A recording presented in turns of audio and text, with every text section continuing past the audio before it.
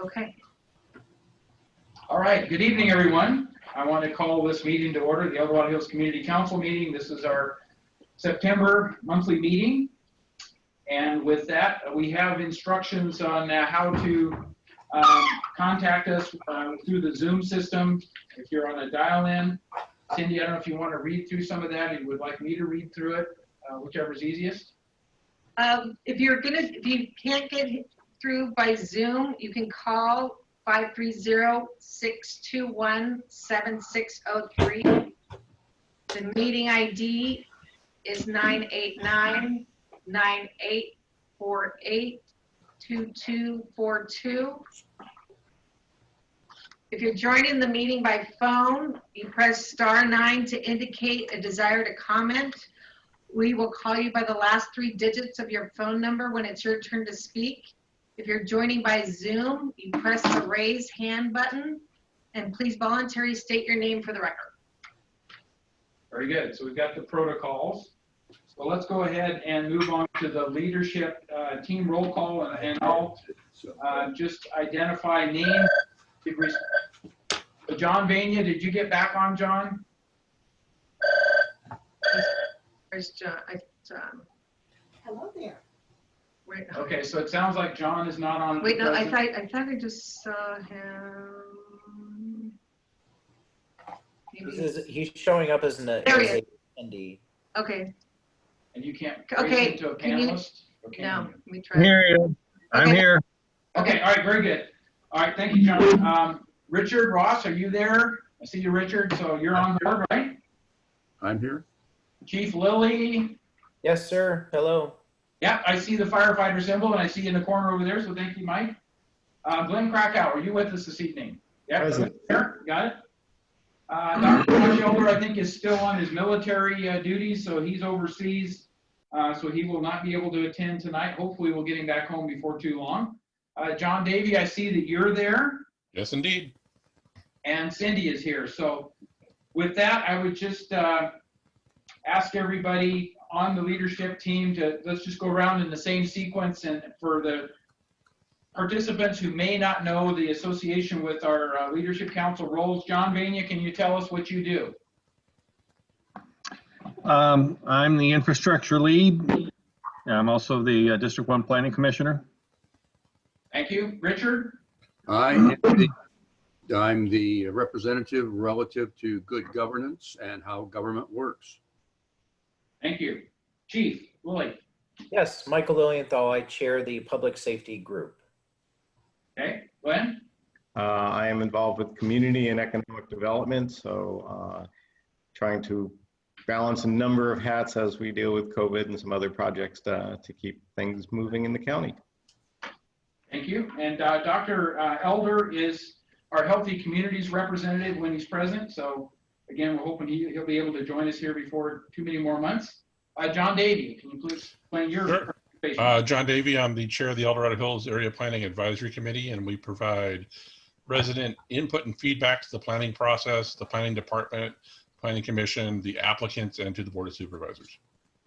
All right, and Cindy, you want to? I'm Cindy Munt. I'm Supervisor Heidal's assistant, and I do the community communication and outreach for the community council.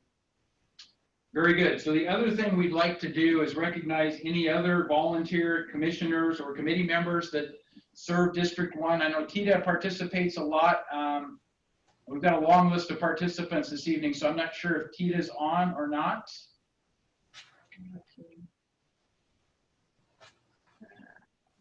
Wendy May also attends on a regular basis. There's Wendy. Okay. Are you there? Yes, good evening, everybody. Yes, I help our County Tax Assessor Appeals Board. If you want to dispute your tax bill, by all means, we are there to help assist you in that process. Thank you. Is there anyone else, Cindy, that you? I don't see. Is there anybody else on a committee or commission? Oh, there's Tita. I just saw Tita. Tita, are you there? Oh, let me get her. Okay, there's. Tita, can you talk now? Yes. Can you explain Yes. your on Can you commission? hear me? Yes. Rita Bladen. I'm on the El Dorado County Commission on Aging. basically advocating and supporting services for older Americans. Thank you. You see anybody else, Cindy? I see Bing has got his hand up. Okay, we'll go back to John Vane. You have your hand up. Is there something you wanted to share with us, John? No, I'm just kind of hanging out. I was left open, so my mic. Okay, all right. So with that, I would like to move to item 2, and thank you all for your participation this evening. Item 2 is the adoption of the regular meeting agenda. Is there anyone on the leadership team who has any proposed changes to the agenda? Okay, hearing none, the agenda is approved as submitted. So we're at item 3, public comment, and this is the segment of the meeting where we always want to hear comments from the public on any issue that the community council can possibly take action on. We would just ask that if there's an item on the agenda that you do not speak under public comment, because we will cover that as an agendized item later on. But if you have something that the community council should be aware of, and it's not on the agenda, this would be your opportunity to go ahead and voice your concerns or issue or whatever it is. So do we have anyone with a raised hand for public comment? I'm not seeing any. Okay, anybody on the phone that would like to make a public comment on something that's not on tonight's agenda?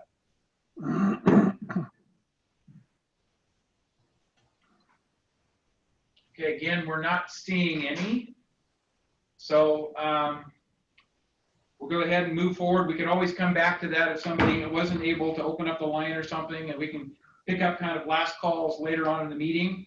But in order to try to stay on track with our many scheduled discussions this evening, I'd like to move to item 4, which is our guest speaker. We have the privilege this evening of having Nicole Abrahimi Neuken with us. She's our director, El Dorado County Director of Behavioral Health, and she's going to share with us some of the items going on relative to the impacts of COVID and the prioritization of targeted behavioral health and mental services, with a particular emphasis on kids and schools and those kinds of things. So Nicole has a PowerPoint presentation she's going to share with us. It's got an awful lot of detail. So I would ask you, if you have comments or questions on something, we'll certainly allow a limited amount of time for questions and answers after her presentation, but it is a pretty detailed report. So if you have any follow-on thoughts or questions, I would ask you please to direct those to Nicole directly, and she can go ahead and respond, because it's pretty comprehensive. When you start seeing the information, it's somewhat overwhelming. We don't want to do that, but we're going to ask Nicole to just kind of make sure we hit the highlights as she goes through it, but it's a pretty complete picture of what's going on. So with that, welcome, Nicole, and you have the floor. You can go ahead and share your PowerPoint, and we'll move on from there. Thank you, Supervisor Heidel. So also, before I get started, give me a time frame again, and I'll share my screen. Yeah, 20 minutes, 25 minutes, something like that. And we like to have a question and answer. So, we like to keep it within about a half an hour total. And there's reasons why it runs over, but that's kind of the target. That's good. That helps me out. Let me get to sharing my screen. I believe you can see my screen. Yes, coming through fine. Thank you. Excellent. Thank you. So again, thank you. Thank you to the council for inviting me tonight to speak. As Supervisor Heidel said, my name is Nicole Abrahimi Neuken. I'm the Behavioral Health Director here in El Dorado County. I still consider myself new to the county. This is my 5th month of working in this division, which is part of the Health and Human Services Agency. And I am very much enjoying myself being here. It's a very challenging time, as we all know, for many circumstances. And I certainly don't propose to really know El Dorado County as a community at large to all its details. But tonight I'm hoping to give you a little bit of an update as to where we are, the Behavioral Health Division, in terms of the services that we provide specifically under the COVID pandemic. And as said before, my emphasis tonight will be on the children and youth services that we provide. And yes, my PowerPoint presentation has a lot of information, so I may at times not always address all the information that it shows, but also the PowerPoint presentation will be sent out to all of you afterwards as well, so you will have that available. And then 4 minutes, yes, so thank you. Yeah. So just as a introduction, we, the County Behavioral Health Department, provide our services through a contract with Department of Healthcare Services. And anybody, certainly children and youth that are eligible for our services, have to meet special eligibility criteria. Again, as you all are very much aware of, the pandemic broke out, and on March 12th, our public health director issued the emergency declaration here in the county, which impacted all of us, and impacted county departments, impacted the behavioral health division. We are deemed essential services, and so we did not stop operating, but we certainly joined the effort right away of having to make sure that how we provide services is safe and mitigate spreading of the virus. And so we joined the effort to move quickly to providing our services remotely. So that, when I say remotely, that could be by phone, that could mean by a virtual meeting through one of the platforms. We mostly use Zoom, or it can also mean an actual telehealth, which is different from Zoom because it requires separate software through our electronic health record. It's been a challenge in providing services, again, focusing on children and youth, mental health treatment services. Is not an easy task to do that virtually, when really the types of services that we provide really is fundamentally influenced by that interaction from person to person. You may know that the Behavioral Health Division contracts out all services that are provided to children and youth in the county to organizations. I collaborated with them in preparation for this presentation, and it's really a mixed response in terms of how this happened, how we continue obviously to address the need of treatments under a COVID pandemic. One of the continued concerns is that early on we have felt, and this actually is also in the adult world, we have felt that we're losing, so to speak, some of our population, some of our clients. Some of the children and youth and families are not able to really use that virtual format engage. That may be because they're challenged, because they may not have the proper equipment to, for example, do a virtual meeting, so they're limited to phone calls that may not always work well. That may be because they're located, they're living in areas of the counties that don't have reliable or any internet. And so we're concerned. We're concerned about losing some of our clients, about increasing loneliness and depression. We're certainly, when it comes to youth, concerned about using other substances to cope, which could be a vaping, and certainly a possibility of increased suicidal ideation. But we have also found that for some people, and that again is children, youth, and some of the families as well as adults, this has worked okay. They're actually able to stay engaged through the services, may it be virtual. They have adapted. They actually, in some situations, prefer. We have some mental health presentations where somebody may actually prefer to have a little bit more distance in their sessions with their treatment provider. And certainly for children and youth, some of the things that may have decreased and therefore decreased the pressure in terms of their mental health treatment needs is that not being present in school also means not being bullied. Children not struggling with their behaviors that they usually present in the classroom. And so again, it's kind of a mixed situation that we have found. But we overall would say that for those people that we see in treatment that want to use and can use virtual services, an overall decreased demand for services. Families are requesting more therapy sessions. We have moved over the last, I would say, 2-3 months of the pandemic. The providers have found that, especially because, as I mentioned early on, some of the clients we felt are disengaging. And so providers have looked at how to provide safe, but more close services. So there are some in-home, if safety precautions can be implemented, that are being provided. but also community-based services. That means that we try to see if we can meet somebody out in the community, still maintaining privacy precautions, but meeting you somewhere out and taking them on a walk. We also have one of our providers who actually, through a contact with the schools, is providing school-based services. So this is not through us, specialty mental health services, but they are addressing mental health needs on school campuses that for this new school year have been able to work out with the schools that despite the distance learning for some students, on-campus treatment sessions can take place. Again, under all the safety guidelines and safety protocols, just because, again, we are so concerned that for some youth or some children, we need to be able to do that in-person session. So as I mentioned, parents are reaching out. They want to if you're not speaking, if you're not the speaker, would you please mute your phones? We're getting feedback. Thank you. So these are just bullet points that I referenced before.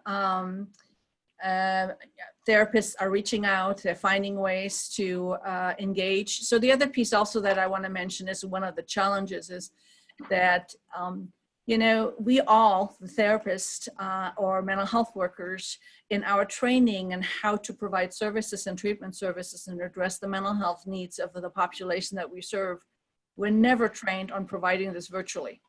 There's a lot of webinars out there now that some of our staff are partaking in so that they can hone up their skills.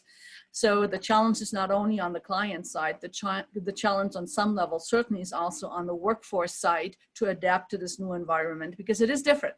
It is different when you provide treatment services over the phone or via telehealth than if you do it in person.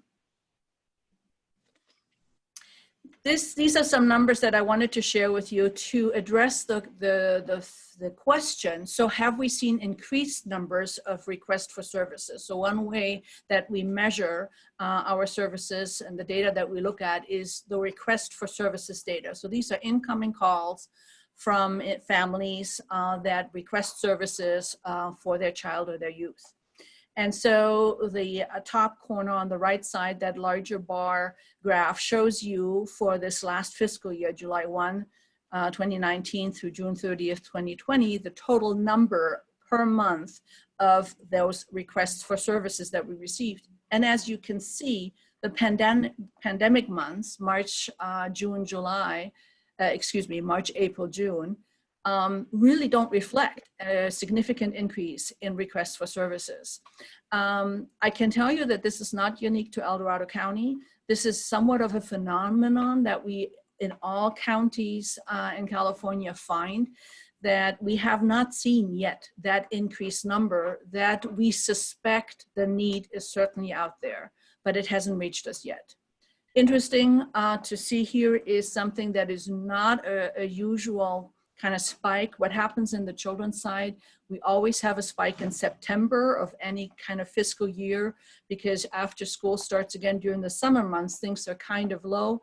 The need for services is somewhat low, but then school starts in August, and then in September we see the significant increase in requests for services. As you can understand, the school, the structure adds an additional stressor. Children's behaviors are challenged, families feel more challenged, and so we see that. For us to have seen in this last fiscal year a spike in January and February, again, prior to COVID, seems to, as best as we understand it, related to actually child welfare services having experienced a higher need to refer children and families to us. And that's reflected on the left in that graph on the left with the 3 columns. Again, there's on the right, the total column, which reflects the total requests for services, but I broke it out for you into one column which says pre-admit CWS, which stands for Child Welfare Services, RFS, which is the request for services, and then the pre-admit request for services, which would be anybody else who is requesting services.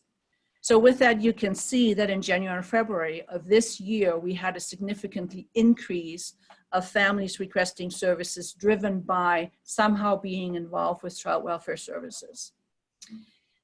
Also at the bottom, you can see on the right there, just a comparison to other years. And although 2019, 2020, that fiscal year has a higher number, again, overall, compared to the previous years. What it's not reflected at this point is during the month after COVID. Now, it may be different if I take a look at these numbers again in December or January of 21, December this year or January of 21, where we may see then that what we in our behavioral health work throughout the counties now are basically calling the wave that we're all expecting, meaning where during the winter months, families are really beginning to experience that accumulation of COVID experienced stressors, heightened stressors, and with that, a higher request to services. It's a speculation at this point. We all kind of predicted, but again, that's a little dangerous because we don't know until it happens. This is just another way to show you a little bit the data that I just showed you in terms of the request for services. It may be of interest to see this broken out to the different areas in the county, the geographic areas in the county. And what you see here is that really the higher requests that we usually get are either Placerville area, the Tahoe Basin, or the West County. Those are really our areas where we get the higher numbers. I also wanted to show with you our crisis numbers. So these are numbers where individuals, again, broken out for anybody under the age of 18 for you today. Individuals are at a crisis level and are really either calling our crisis line or at the hospital, walking into the hospital with a possible suicidal or danger to others presentation. And you see the same thing that we saw earlier with the request for services. We're not seeing yet at this point, I want to say, a huge increase when it comes to the months since COVID. And again, below that is just a comparison to previous years, and it has not increased this year. I'm sorry, I apologize, last fiscal year through June of 2020. This is just another graph to show you, and I won't spend much time on this, but it shows you for those numbers that you just saw in terms of crisis assessments, not everybody who comes is assessed for crisis will have to then be placed in a inpatient psychiatric facility. So we try to find a lot of in the community support, safety plan and referrals back to the community. And this graph breaks it out into the different discharge plans that were put into place. And I'll just briefly go a little bit into overall what our services look like.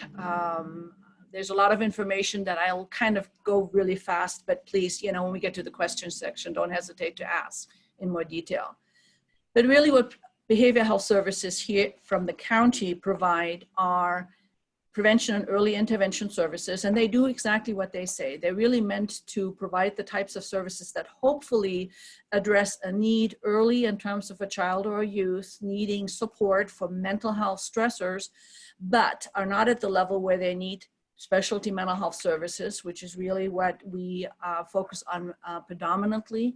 But we try to prevent to get to that place, because when somebody meets specialty mental health services, it's significant. They're what we say impairment in functioning, and their daily life is very much impaired and presents pretty seriously. So we try to prevent that. And then certainly we have that highest level of intervention, which is the psychiatric emergency services. This is a chart that just shows all the different providers that we have in our community that provide what I just referenced as prevention and early intervention services. We do also under that capture the suicide and prevention network and the suicide prevention lifeline, which in a way kind of is more at that crisis level. But again, it's meant to prevent a worse outcome.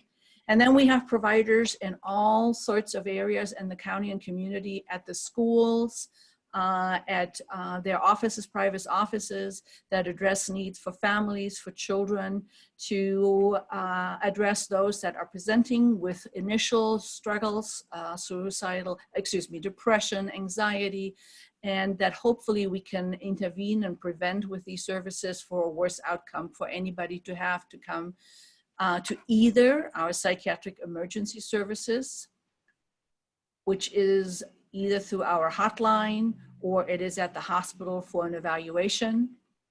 And then we also have, as you may know, our special PERT team, which is the psychiatric emergency response team in collaboration with the El Dorado County Sheriff. And finally, we have our specialty mental health services, and these are our contracted providers. As I said early on, the county does not provide those direct services with county staff, so we have it all contracted out. And the providers really have different levels of services. So we have what we consider traditional outpatient services, which would be kind of a standard model of identifying what the issues are, developing a treatment plan, and providing probably once a week, possibly a therapy session, a family session, and a lot of focus on trying to stabilize the family and then find referrals out and back into the community for ongoing services if needed. We certainly have what we call full service partnership providers that provide services for those children and youth that present with very significant mental health struggles that are impacting either their schools, certainly their home life. They're at risk of possibly needing out-of-home placement. And so we provide what is really often called wraparound services with a 24/7 support through that provider. With in-home services, oftentimes in the early phase, more than once a week a service. And as I mentioned, under COVID, as much as we initially moved it all to phone or virtual, the providers are finding that for some families they're doing, again, these would be the types of families where we find that we would need to go back into face-to-face sessions as long as we can keep it safe.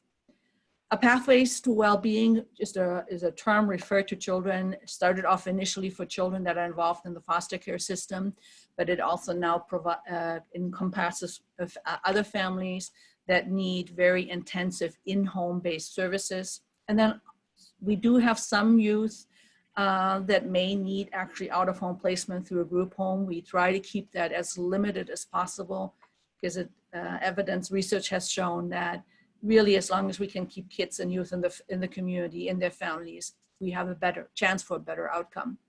Certainly, we collaborate with foster care youth services, and then transitional age youth services specifically address that we also at times may reach out and go beyond that break of 18 years adulthood. So the TAE talks about youth between the age of 16 to 25. And so sometimes we go into that young adulthood where we're providing services to children's mental health. These next slides I'm going to keep very brief because they get very technical. They reflect the fact that really specialty mental health services is a very specific eligibility. For one, it is predominantly Medi-Cal beneficiaries, and you have to have a diagnosis. This is our DSM-5, the Diagnostic Statistical Manual that includes all the diagnoses. And a child has to present with severe impairment in functioning, but also we have to demonstrate that the services that we provide can actually decrease the symptoms and better an outcome. And so there may be some situations where we don't really have the very specialized treatment, and so a child may not or youth may not receive our services. We refer out to the community for those that don't fall into our eligibility criteria. And in our world, that's called if you present with mild to moderate symptoms. We certainly make referrals to substance use disorder treatment for youth if that is needed. And we have a provider in the community, New Morning, that provides substance use treatment services. And that, I believe, is the end of my presentation, and welcome any questions that anybody may have. Thank you, Nicole. So let's take questions first for those who are on Zoom who can raise their hands. So we'll go with whoever raises their hand that we can identify. That's going to be the easiest way to kind of work through this. So you want to just call them out, Cindy, who's raised their hand? Okay, first we have Rayona. Okay, Rayona, you have the floor. Okay, thank you. Thank you, Nicole, for that briefing. I want to speak to what I continue to believe is an untapped resource of the citizens of El Dorado Hills in particular. I want to say that my mentally disabled uncle that lives in Roseville, he's been on disability since he left the military service 30-something years ago. And his sister got someone from social services to come over and walk with him twice a week.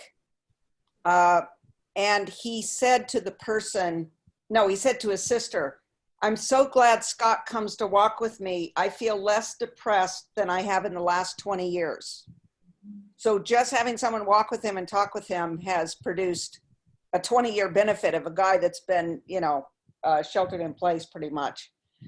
And so what I wonder is there space for citizen diplomacy with people? I'm particularly interested in children, but there's all kinds of licensing and regulations and all that stuff. Is the only recourse we have to work through the not-for-profit partners that you have?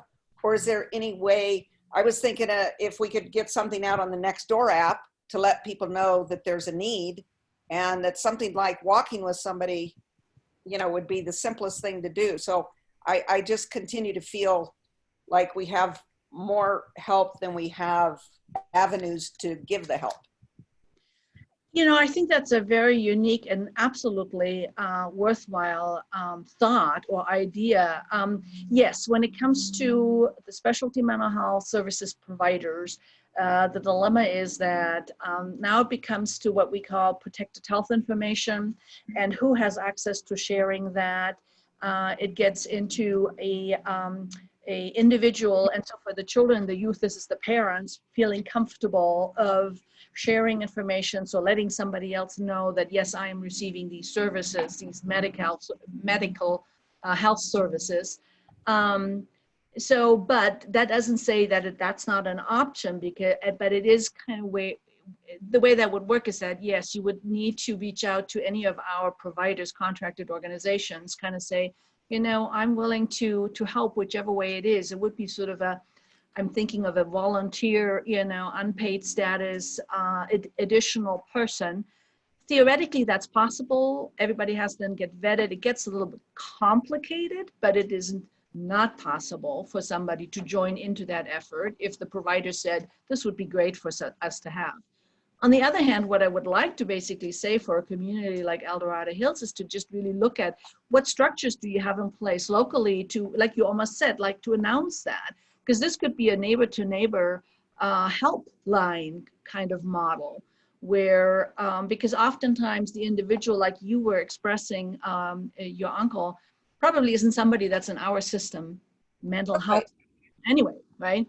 But there's individuals out there, like you said, that are starting to struggle, that are more lonely. And now let's put it into the perspective of COVID, that are more isolated.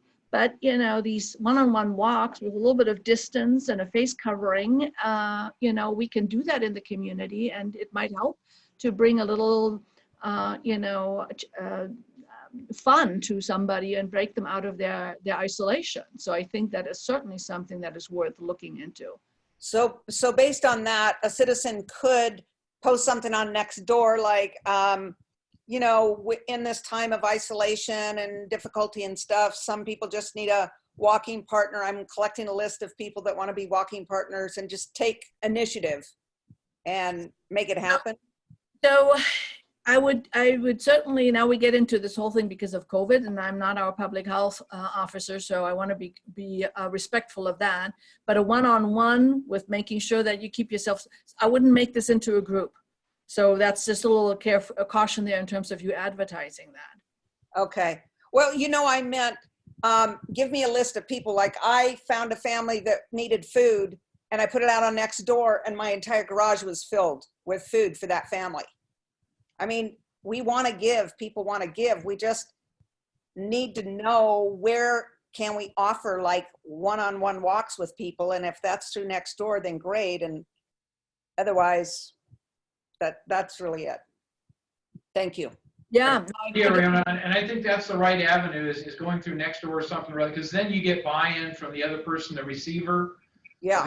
And stuff that, yes, they are wanting that, and they're willing to work with the protocols, you know, social distancing, you have to wear a mask, you have to be very cautious not to spread, because a lot of the people you're talking about may be a more vulnerable part of our population in terms of contracting COVID. That's the last thing you want to have happen.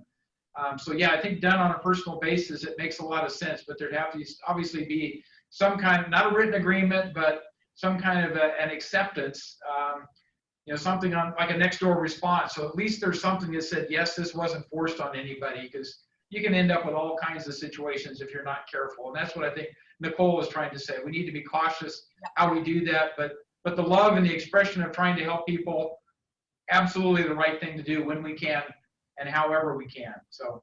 Okay, great. Thank you so much. Thank you. So who next do you want to call, Cindy? Joel. Joel Wiley.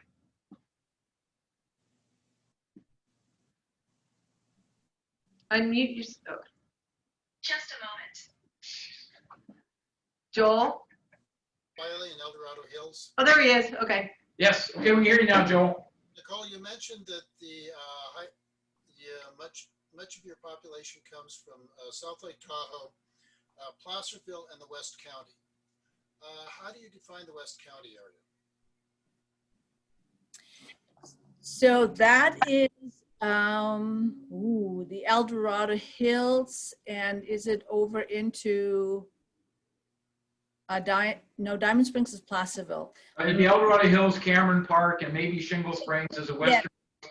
Generally, Latrobe and Rescue that are kind of on the south end and north end are not considered that part. They're more of the rural county areas, but certainly El Dorado Hills and Cameron Park. Thank you. Yes. Thank you. Okay. Who else do we have? Their hand raised? I think that was it, unless the panelists, does anybody, let me see. Any of the panelists? Anybody on the Leadership Council have a question for Nicole? Okay, then let's go to phone-in callers. And this, you would need to hit *9 to indicate a desire to make a comment or ask Nicole a question. So. Okay, we have Nokia. Nokia, you're on.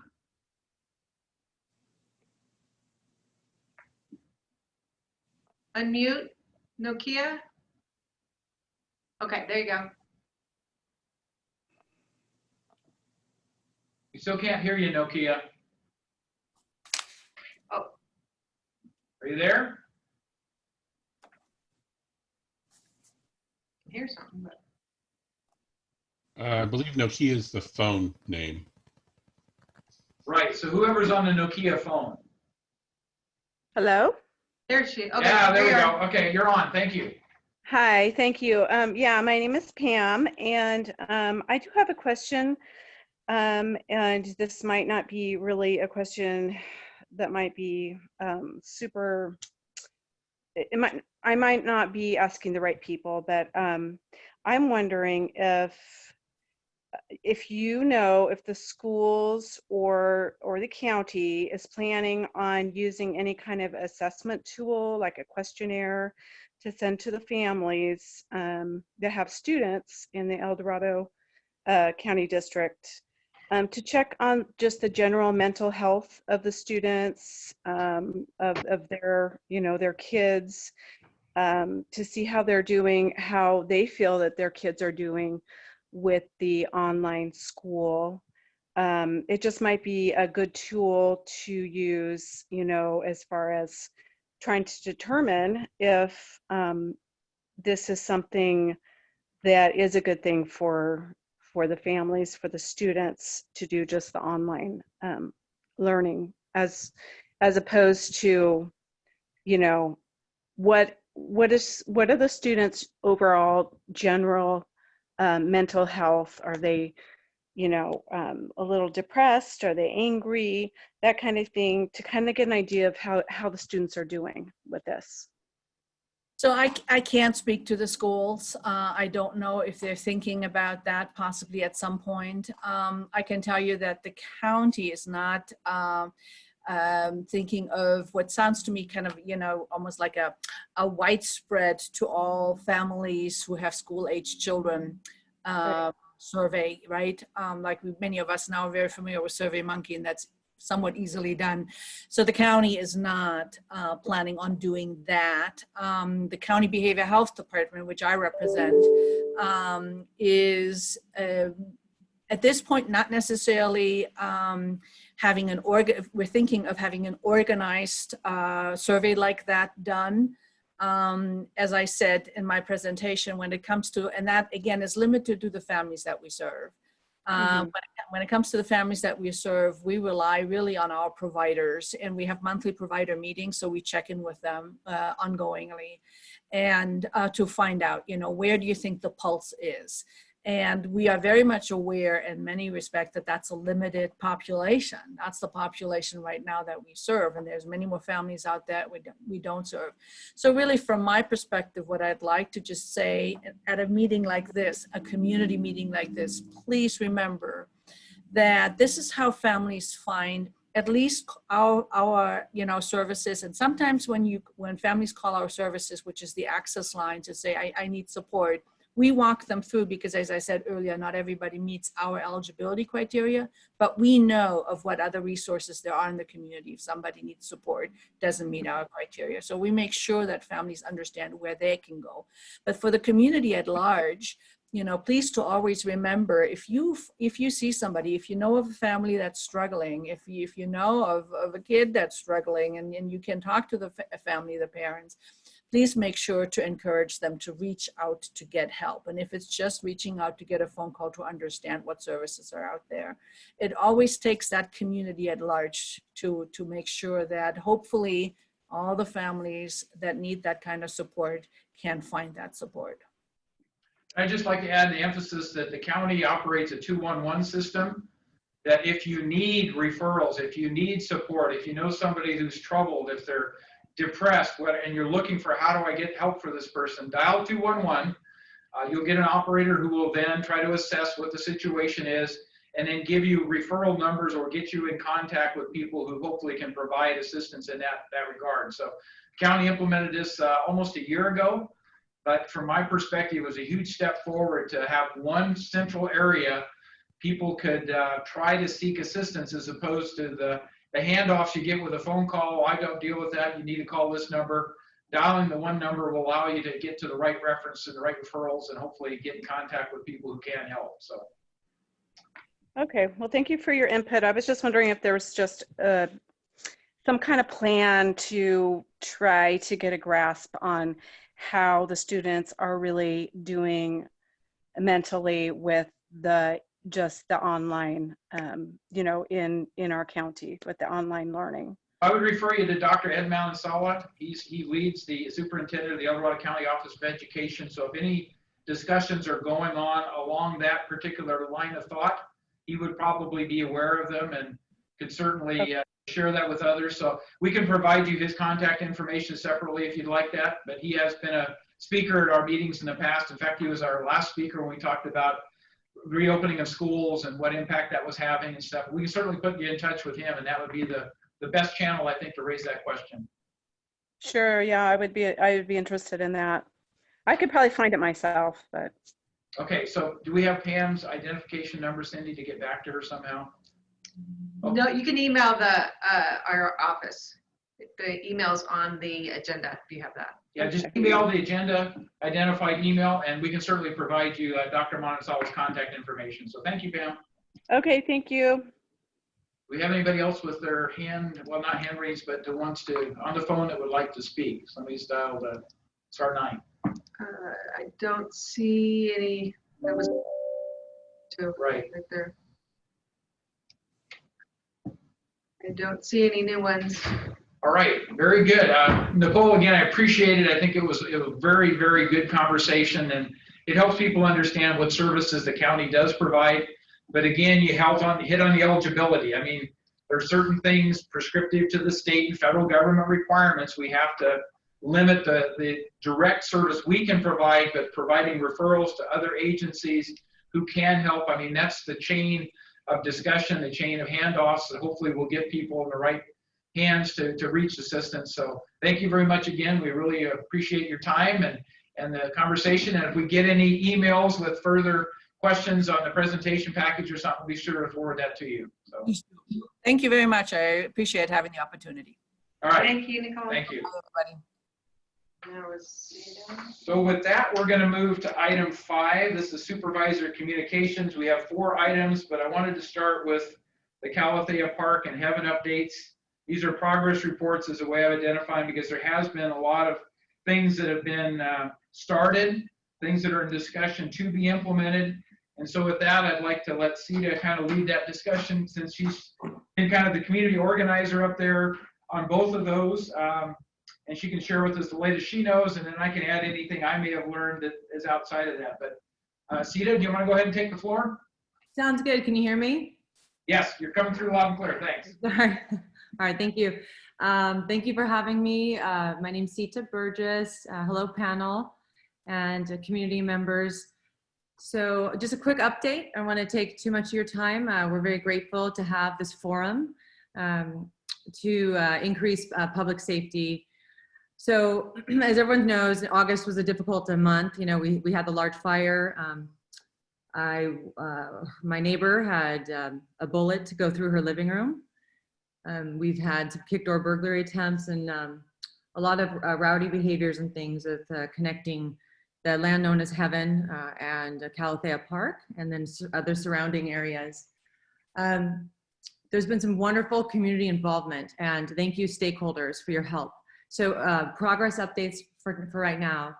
At Heaven, we have land developers. Predominantly there are 2. I'm not going to put them on blast. They know they've been very, very helpful recently, engaged with us. They are putting up temporary fencing.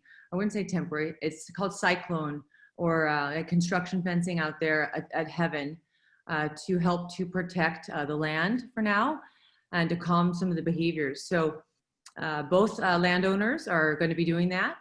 And also, I can confirm that they are increasing their foot security patrols. So they have private security going out. It used to be 1 time a night at midnight, and now it is 3 times a night. So if neighbors are seeing flashlights, I've been getting messages and people seeing flashlights on the hillside, it might very well be private patrol. Okay, so that's it's good.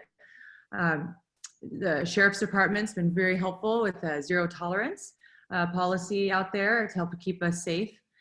Fire Department is aware and probably be happy to know the land developers are looking at dead trees for removal to reduce fire hazards. And then we had the really successful Beatty cleanup effort. So that was really nice. Dawn and Sue helped with that. We had dozens of neighbors out there cleaning up Beatty Drive. And it's great to see land developers out there too.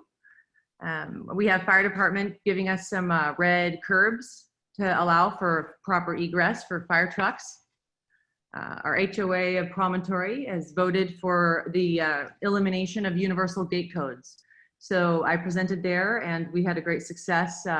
So that will help to reduce kind of the trespass and parking congestion things in narrow roads has been a hazard. Then also the CSD has increased some security presence, and at the park of Calathea, new signage where it says no drones, no music, dry park for 90 days, and there's a consideration for no large gatherings. We'd like to see clear delineation for sure of intended park use and rules, so this is a good step in the right direction. Right now, Calathea Park's closed, so neighbors are reaching out. We just discovered this. Today, they put up temporary fencing. So they're doing some turf, lawn maintenance, as well as other structural maintenance up at the park. And they put up some temporary fencing around 3 months or so. They're anticipating that. And there's a posting on their website for more information, or Facebook as well. And what else can I tell you guys? I think we also have a new multi-agency stakeholder effort. So this is a great success. Thank you, Supervisor Heidel and Deputy Chief of Fire, Mike Lilienthal. They're gonna help to co-host the stakeholder movement going forward. And that's a group of agency representatives that help us enhance public safety in our neighborhoods, okay, and community. And let's see, also, last thing here, we are searching, of course, as always, with all stakeholders for good long-term solutions that ultimately provide safety and reduce costs as well. So we are getting our HOA involved, as well as local community and the CSD. They're doing some land surveys, and they're looking at the perimeter lines for potential extension of fencing and installation potentially of a new parking lot gate, which would prevent after-hour trespassing and some of the activities we've been dealing with. I think that's it for now. Yeah. Yeah, very good. I would like to make the distinction, though, that Calathea Park is really the responsibility of the Community Services District. It's their park, so they're taking the lead in stakeholder discussions and stuff relative to Calathea. The county has the responsibility for dealing with the Heaven situation. It's an undeveloped piece of property, as most people know. So we're taking the lead on that from my office, working with Chief Lilly and our community council members to kind of address that with the concerns associated with Calathea, because they're interrelated, but yet they have separate jurisdictions, so to speak. So we want to be careful that we don't step on one another, but we work together as an integrated, synergistic operation to make sure that we do the best we can to try to maintain the public safety and the use of that park by the residents as originally intended. So that's the only other thing I would add, in addition to the fact that our Department of Transportation has also been involved in some of those discussions, because they're responsible for working with the CHP on establishing signage in a lot of cases and really looking at the marking on the streets. And again, with CHP, they can't do anything by themselves, but that's an integral part of it as well, because several people have suggested we should just make major barriers so people can't park along the side of the street, and that's not practical unless we get the proper approvals, and we don't have those yet. So a lot more discussion to happen. But I do think we should also acknowledge and allow anyone who's on the CSD board or a CSD administrator to have a few minutes if they want to share their plans. CETA kind of summarized what they've been doing, and I think they've made a significant effort to try to balance things out. There's been discussions of even more things that may need to happen, but we've seen the action, and that's greatly appreciated. So I don't know if Kevin Lowen or Tawny Fessler or anybody on the CSD board is on the call who would like to make comments at this point. If you're on the call and not Zoom, please hit *9. If you're on the Zoom meeting, raise your hand. We'll be glad to acknowledge you and allow you to comment to whatever extent you may want to. So we seeing anybody in that category? I don't see, no. Okay, very good. So at this point, before we move to the other two items, I guess I'd like to open it up for questions to CETA or myself to try to address some of the concerns related to Calathea and Heaven specifically. So are we seeing any hand raised? It's Michael Anthal. Would you mind? We do have a couple representatives from EDSO, I think Sergeant Story and Morton are on the phone, just in case they wanted to maybe speak to this. They've been a great partner and done a great job as well. Yeah, I see Sergeant Story. Excellent. So Sergeant Story, is there any comment you would like to make at this point, or ask a question, whichever? He needs to unmute. Yes, I've been listening to everything you said, and if you have any questions about it, I can chime in. But basically, I've just been in contact with the property owners at Heaven and suggested the fencing solution. It looks like it went up pretty well. They actually went up a lot faster than I thought they would, so that was good to see. And the other portion of the fence should be erected soon as well. Other than that, I don't have any updates for the Heaven area. Okay, Officer Brown with CHP, do you have any comments if you're on? This is CHP Placerville. Oh, there we go. There you go. CHP Placerville. Andrew, is that you? Yeah, that's me. Can you hear me? Yeah, you're coming through fine now. Go ahead. Yeah, so it's great to hear that there's some progress going on with the fencing. I think, was it mentioned there's new red curb all throughout the area, right, Chief? Specifically around the entrances to the gated area around Calathea Park is the focus. Right. So I saw that. So that's some great steps. Nothing really, unless there's specific questions for me with enforcement issues, but I like to see some progress. This is awesome. Okay, Chief Lilly, anything additional you want to add at this point?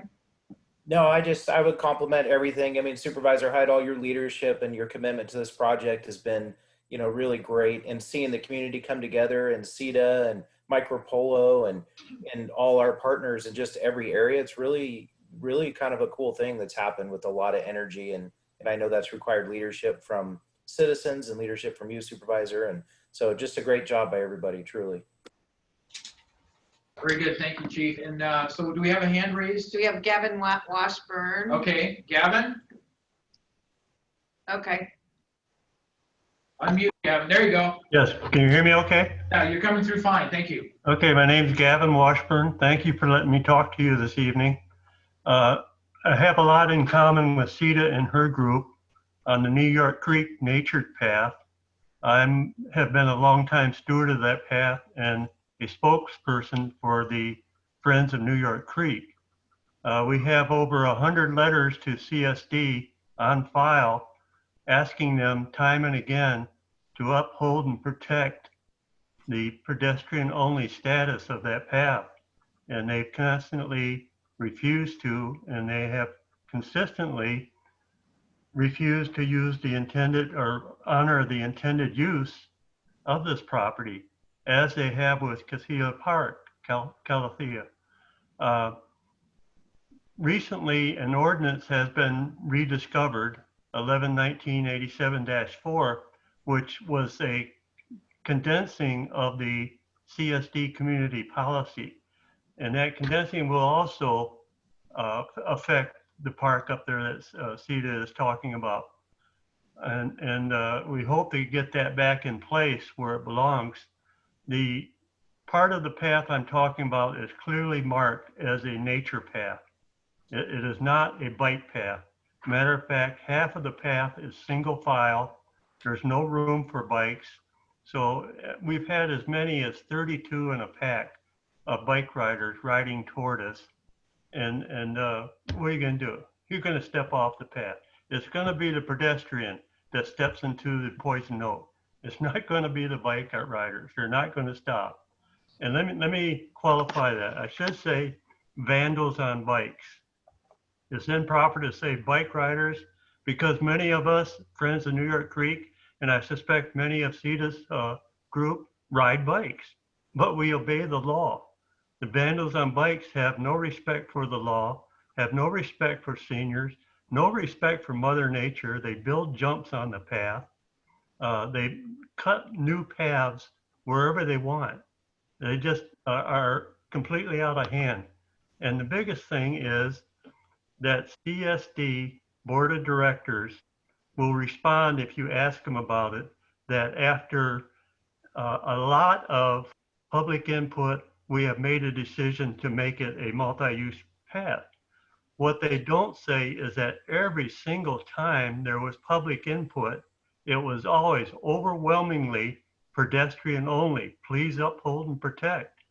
And it didn't happen, and it still is not happening. But hopefully with the recovery of the ordinance, we can start from scratch and do it over again and get it right. So that's the biggest thing I think also in common with CETA is that being disenfranchised by the board of directors. And we are two prime examples why there is some discontent and why CETA is running for board of directors. So other than that, I had just one more thing about John and Cindy. I wish to thank you for having these meetings and setting them up. John, you do a tremendous job of explaining everything. Your follow-up is tremendous. And I met with you in person, and you're the same person in person as you are on these Zoom meetings. Thank you very much.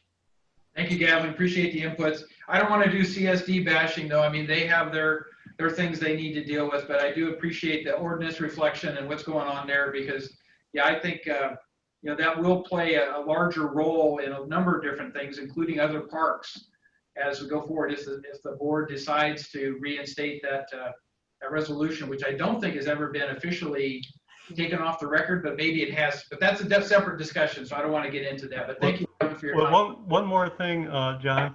One of the reasons involving the county, and I had addressed my last email to the county safety and health officer, was because of the asbestos problem of creating clouds of dust. Also, the safety and welfare is a county issue. And the reason I'm talking to you tonight is because we need help. We do not have a loud enough voice. They're ignoring us. Thank you. Yeah, we have had our public health officer get involved with that, Dr. Nancy Williams, and she did some analysis and stuff. But again, it's a little off topic, but I'd be happy to share the results, because I spoke with her just recently to see if there was any new data coming out in terms of a higher propensity of cancer cases in that area. And she confirmed she couldn't see anything in the data that was available to her, but we'll continue to monitor. So moving on then, who else, if anybody has their hand raised? Yeah, I see. Let's see. Our panelists look like Dick. All right, Dick Ross. Okay, thank you. First, a compliment. As a resident in Ridgeview 8, adjacent to the Calithia Park and very close to the area of Beatty and Powers coming together. And I wish we would all quit referring to it by its local acronym. I don't think it is that kind of a location. I think it's been more of a hell. So I think we should personally all start thinking other than that. Secondly, I would compliment the Sheriff's Department. I like the way before the fencing went up, they were down there, they were enforcing the authorized trespass rules. And I'm sure that's not the most favorite duty for any of those folks in those cars, but the hours that they had to go do it effectively, it's really appreciated. And Sergeant Story, if you would pass that along to your folks, please do. I am curious as to that window of time when you were really kind of focusing how many citations might have been issued. Thank you for the compliments, and I will pass that on. As far as the number of citations, I don't have an exact number on hand for you, but I know that in my travels over the last couple weeks, I've seen almost on a daily basis about a dozen tickets each day. So somewhere probably in the ballpark of several dozen tickets. Okay, thank you very much. You're welcome. Okay, anyone else with their hand raised at this point? Doesn't look like it. Okay, any more dial-in commenters on either Calithay or Heaven? Please hit *9. Nope. All right, very good. Thank you again, Sita, and thank you, team, for the discussion. Chief Lilly and Sergeant Story and Andrew Brown and everybody else that's been involved. Really appreciate the integrated efforts, the working together aspect of this. It is making a difference, and that's much appreciated. It really does reflect what a resident community can accomplish if they really set their mind to it and get the support of the government agencies involved, and we come together as a community. And that's the thing that's really encouraging here. Hopefully we have more examples and opportunities to do that. So with that, I'm going to go ahead and move then to the third item, the realigned Country Club Drive at Bass Lake Road and the reopening. Many of you know who frequent that area that Bass Lake Road, the north and south connection between Highway 50 and Green Valley Road, was opened up about a week and a half ago, 2 weeks ago. I'm sure John Davey knows the exact day, but somewhere in that time frame. And then recently, we've been able to open up the realigned country club at Bass Lake Road to be able to connect all the way up to the Holy Trinity Church.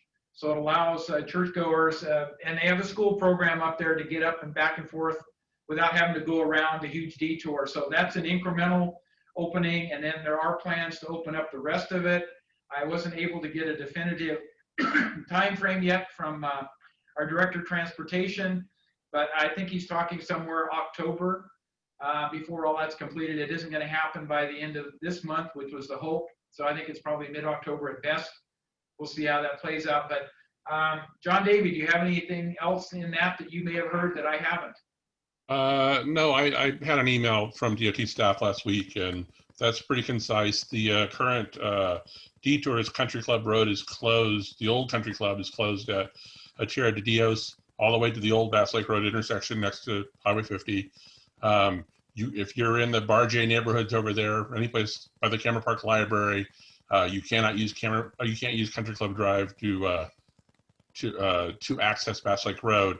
They encourage everyone. The detour route is to take Country Club back to Cambridge, Cambridge to Highway 50, and Highway 50 back to Bass Lake.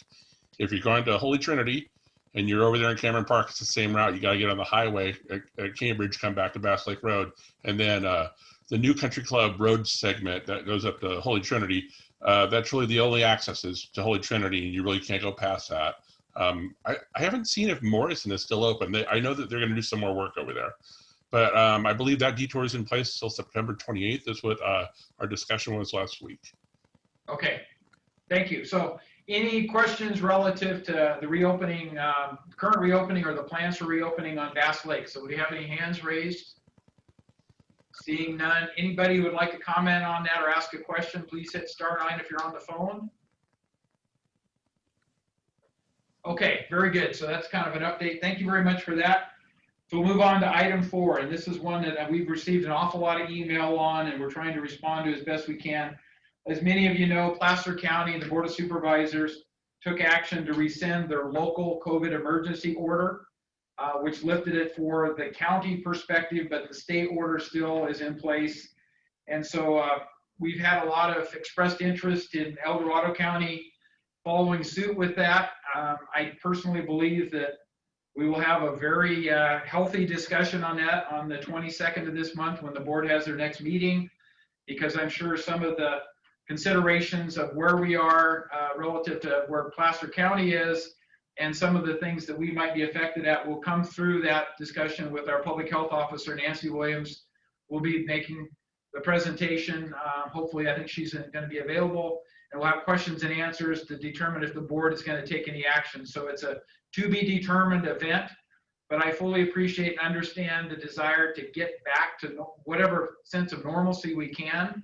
I do understand the feeling that the governor has overreached in his authority. I can't make a ruling on that because I'm not an attorney, and there's certainly differences of opinions. But I will tell you, every time we talk to county council about those things, what he reminds us is everything that's been challenged in terms of the governor's COVID emergency orders has been upheld by the courts. Not to say that a new challenge won't go the other direction. It's just hard to determine if that's going to be the case. So we're continuing to monitor, looking at what's going on in Placer County, trying to understand the ramifications. But I want to remind everybody that we are currently at a red tier. There's 4 tiers. Purple is the highest, then red, which is where we are. Placer County is also at red. We hope with the current statistics we're seeing in our daily COVID counts that are reported through any number of means, but including on Nextdoor and Facebook, that we're going to be at a condition that the governor of the state will approve us going to the orange tier. And the orange tier allows us to open up a lot more businesses. We're for instance, indoor seating in restaurants will go from 25% to 50% of normal capacity. There's a lot of benefits in terms of getting the acknowledgement that we can go to the orange tier. We'd all like to be in the yellow tier, which is the ultimate goal. So we're working on that. And I've actually gotten involved with a CSAC committee of rural counties trying to encourage Dr. Gowley, who's the primary person working at the state that determines the direction they're going to go in establishing the tiers and the guidance and those kinds of things. And we're working with him to try to share rural county data to express our concern that we are substantially different as individual counties, and we are substantially different than the areas where we have high COVID infection and high numbers of deaths. We've been able to manage the county's perspective pretty well for a number of the rural counties, almost all of them. And we would hope that they would see that, recognize that, and ultimately give authority to the counties to make those determinations through our public health officers. So we don't know if that's really going to happen. The discussion is ongoing. There's about 14 supervisors right now, including myself, that are participating in those discussions on a weekly basis with Dr. Gowley. So hopefully we're making headway and getting him to better understand. He fully acknowledged that the 2 areas he's lived in and he understands real well is Southern California, Los Angeles, and San Francisco. So he doesn't really understand life in a rural county. So hopefully we'll be able to help him understand that and our needs and our direct responsiveness and responsibilities for all the constituents within the county, and there will be a more favorable outcome in terms of getting us to yellow quicker or giving us the authority to move forward. So I personally don't want to throw that away by taking a risk with what I know right now in terms of doing something like Placer County has done, but I'm open to the discussion. I will listen intently to everybody, including our public health officer, including our CAO, and try to determine what we think is the best course of action. But again, I understand and appreciate all the anxiety, the thoughts, and particularly with the school system. We need to get the kids back in school. We know that the Rescue Union School District has opened their schools for a hybrid type of teaching model, learning model. And everything I'm seeing is since the first reported COVID case has been favorable. And the thing I think that's really important is when that first COVID case was reported, that the parents who have kids in that school, the vast majority of them recognize that things like COVID infection are going to happen.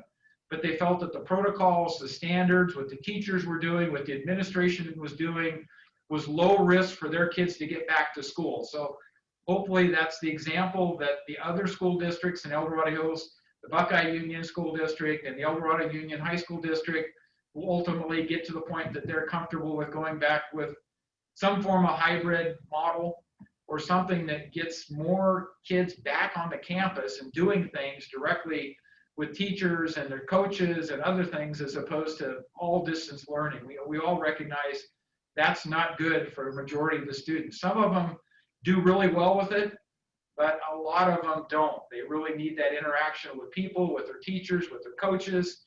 They need that support group working with them all the time. They're not self-reliant at this point with the ages that they are. So with that kind of as a backdrop, I would just ask for any comments or questions anybody might have on that. So let's go with anybody who's raised their hands first, who might be on Zoom, and then again, we'll go to the phones.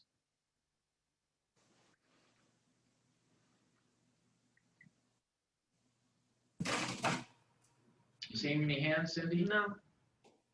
Okay, let's go to the phones then. Anybody? Wait, there's one hand. Okay. Sarah Gordon. Sarah, you have the floor. Hi there. Good evening. Hi. Thank you for all that information. I'm encouraged to hear that. I guess I'm just curious, is there anything we can do, just being residents, that could help be the voice to that health director of rural areas are far different than high density cities, like you mentioned, San Francisco and LA, just to be an advocate? Certainly, you can send an email into my office and we can forward it to the public health officer. But more importantly, if you can attend next Tuesday's meeting, listen to the dialogue, if you can contribute to it and emphasize the fact that if we know that students are really in a sense of despair, depression, for some kids, if they don't get out of what we're dealing with right now and into a more active lifestyle, there are going to be severe consequences. And we understand that. We haven't seen all the data on it. Yeah. But there's called deaths due to despair, and there's 4 categories of it. One is suicides. Mm-hmm. One is overdose by alcohol. The other is overdose by drugs. And the 4th category is domestic situations where it becomes almost unlivable for some kids to be in a home where the parents react to the things like COVID and they're stressed because they're not allowed to go to work, or they just lost their job or whatever. So those are the 4 things that ultimately I'd really like to see the offsetting data on. Yes. To navigate this. How do we get this in balance? We are going to have COVID deaths. That's a given. But we can't let the other things get out of control to the point that they overwhelm, the system and the loss of life. So that's the balance we have to get. I know our public health officer understands that, but I don't think she's been able to get the data either. So with more data available and that discussion, but I would encourage you to participate in the Board of Supervisors meeting and voice your concerns and ideas, because that's where change happens. So thank you. Perfect. Well, again, thank you for your time and appreciate all the information. Sure thing, Sarah. Anybody else with a hand raised? Okay, let's go to any phone in. *9 on the phone callers that would like to comment or ask a question.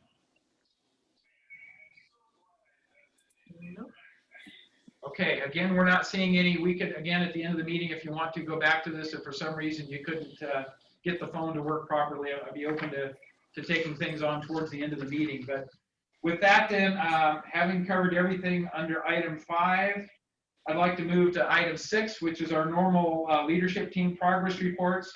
And we'll start with public safety because obviously they have other duties. So let's start with our sheriff's report. I don't know. Alex.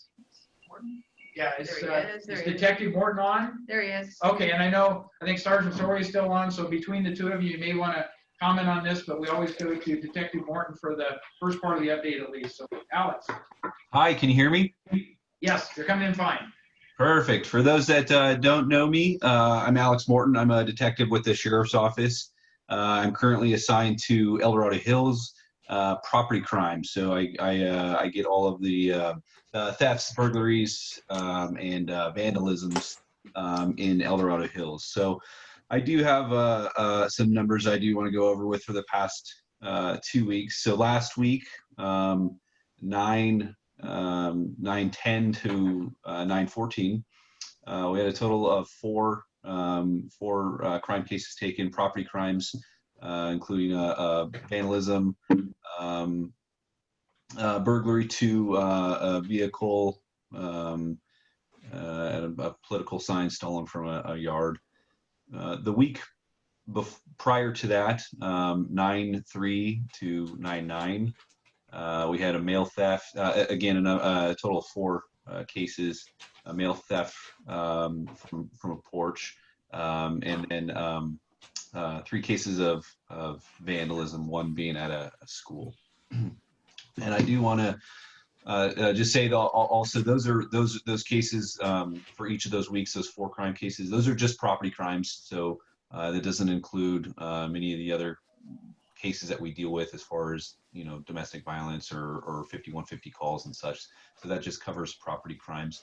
I do want to just go over also some numbers from just comparing last month's numbers, August, because we don't have this month yet, to last year. So last month we took a total of 117 cases in that 1 month. In the year prior, 2019, we took a total of 109. So just a few cases difference there. So we're pretty much on par for what we were looking at last year. That's all I have on that. Very good. Thank you, Alex. So, Sergeant Sori, did you want to add any additional statistics? I know you've given some statistics out recently at another meeting. I didn't know if you wanted to share those relative to things going on in and around Calathea. Yeah, like I said before, I don't have exact numbers in front of me, but I know that down at the Beatty and Powers location, it's been saturated with patrol, and we've issued several citations, including myself. I've issued 1 citation down there as well. And for the Calithia Park area, I don't know of any citations in the recent weeks given out there, but definitely in the Beatty and Powers location, we've done a lot of extra patrol and total enforcement. All right, very good. So with that, let's move on to our CHP. Officer Brown, are you there? Somebody has a hand up. Okay, I'm going to take questions after we cover all the public safety input. So okay, hold on with your questions. Officer Brown. Yes, I'm here. Thank you, Andrew. All right, so do you have a report? So recently in our county, especially on Green Valley Road, we've had a couple of motorcycle fatalities. Started with one in Grizzly Flat on the 30th. And then we had one on the 5th and one on the 9th, both on Green Valley Road, very close to each other. It's concerning because we're kind of pretty far into a season of motorcycle riding. We haven't had a lot of motorcycle collisions that would rise to this level. So 3 in a row, all motorcycle related. The one in Grizzly Flat was a off-highway motorcycle being ridden by an unlicensed juvenile, but these other 2 should have been experienced enough riders, but they're still under investigation. We're still working through what caused them. The second one looks to be, or the most recent one, a dog may have been involved and had a contributing factor to that collision. So it's unfortunate, but we want to always stress motorcycle safety.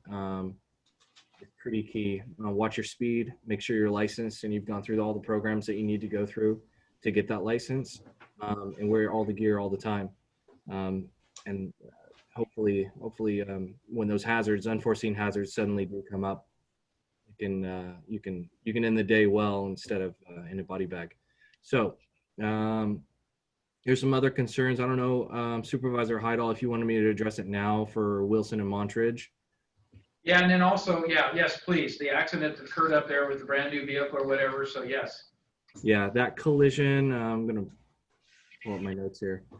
So on the early morning of the 3rd of this month, we had a collision, Audi going south on Wilson Boulevard and into the intersection of Montridge. So we're talking about Wilson Boulevard as it goes south into the new area before it gets down into the new road there in Saratoga.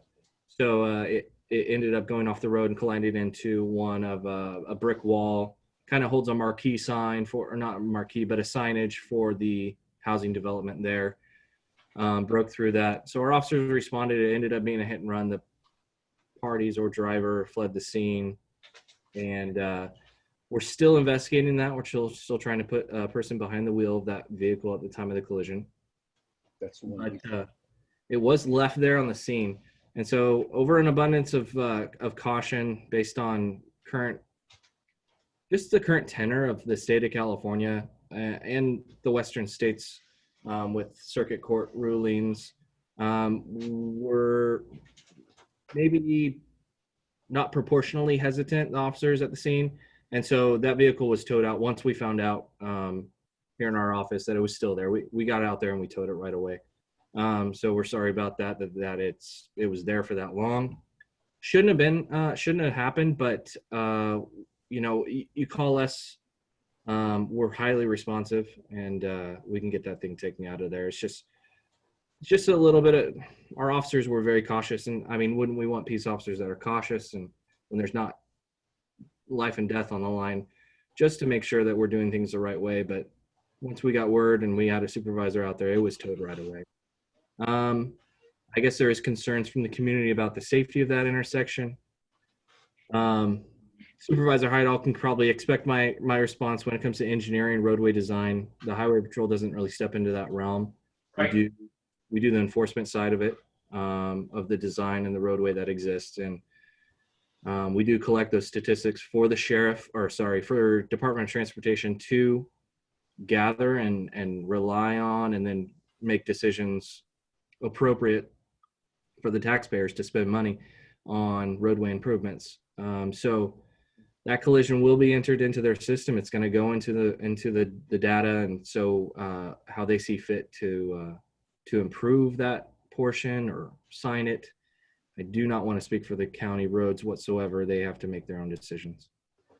Thank you for that. And DOT is well aware of the situation. I've elevated it all the way to the Director of Transportation and asked him to consider what alternatives we have that could be implemented to try to help at least make people aware of the safety aspects of the situation, signage, et cetera. But ultimately, the difficult thing is without enforcement of these things, you know, the people just go crazy with the way they drive and you'll have any number of additional incidents. So it's just very difficult. The other thing I would like to have you address is I know there's been new reported speeding incidences up in Ridgeview proper, not necessarily the Wilson extension, other areas across our District 1.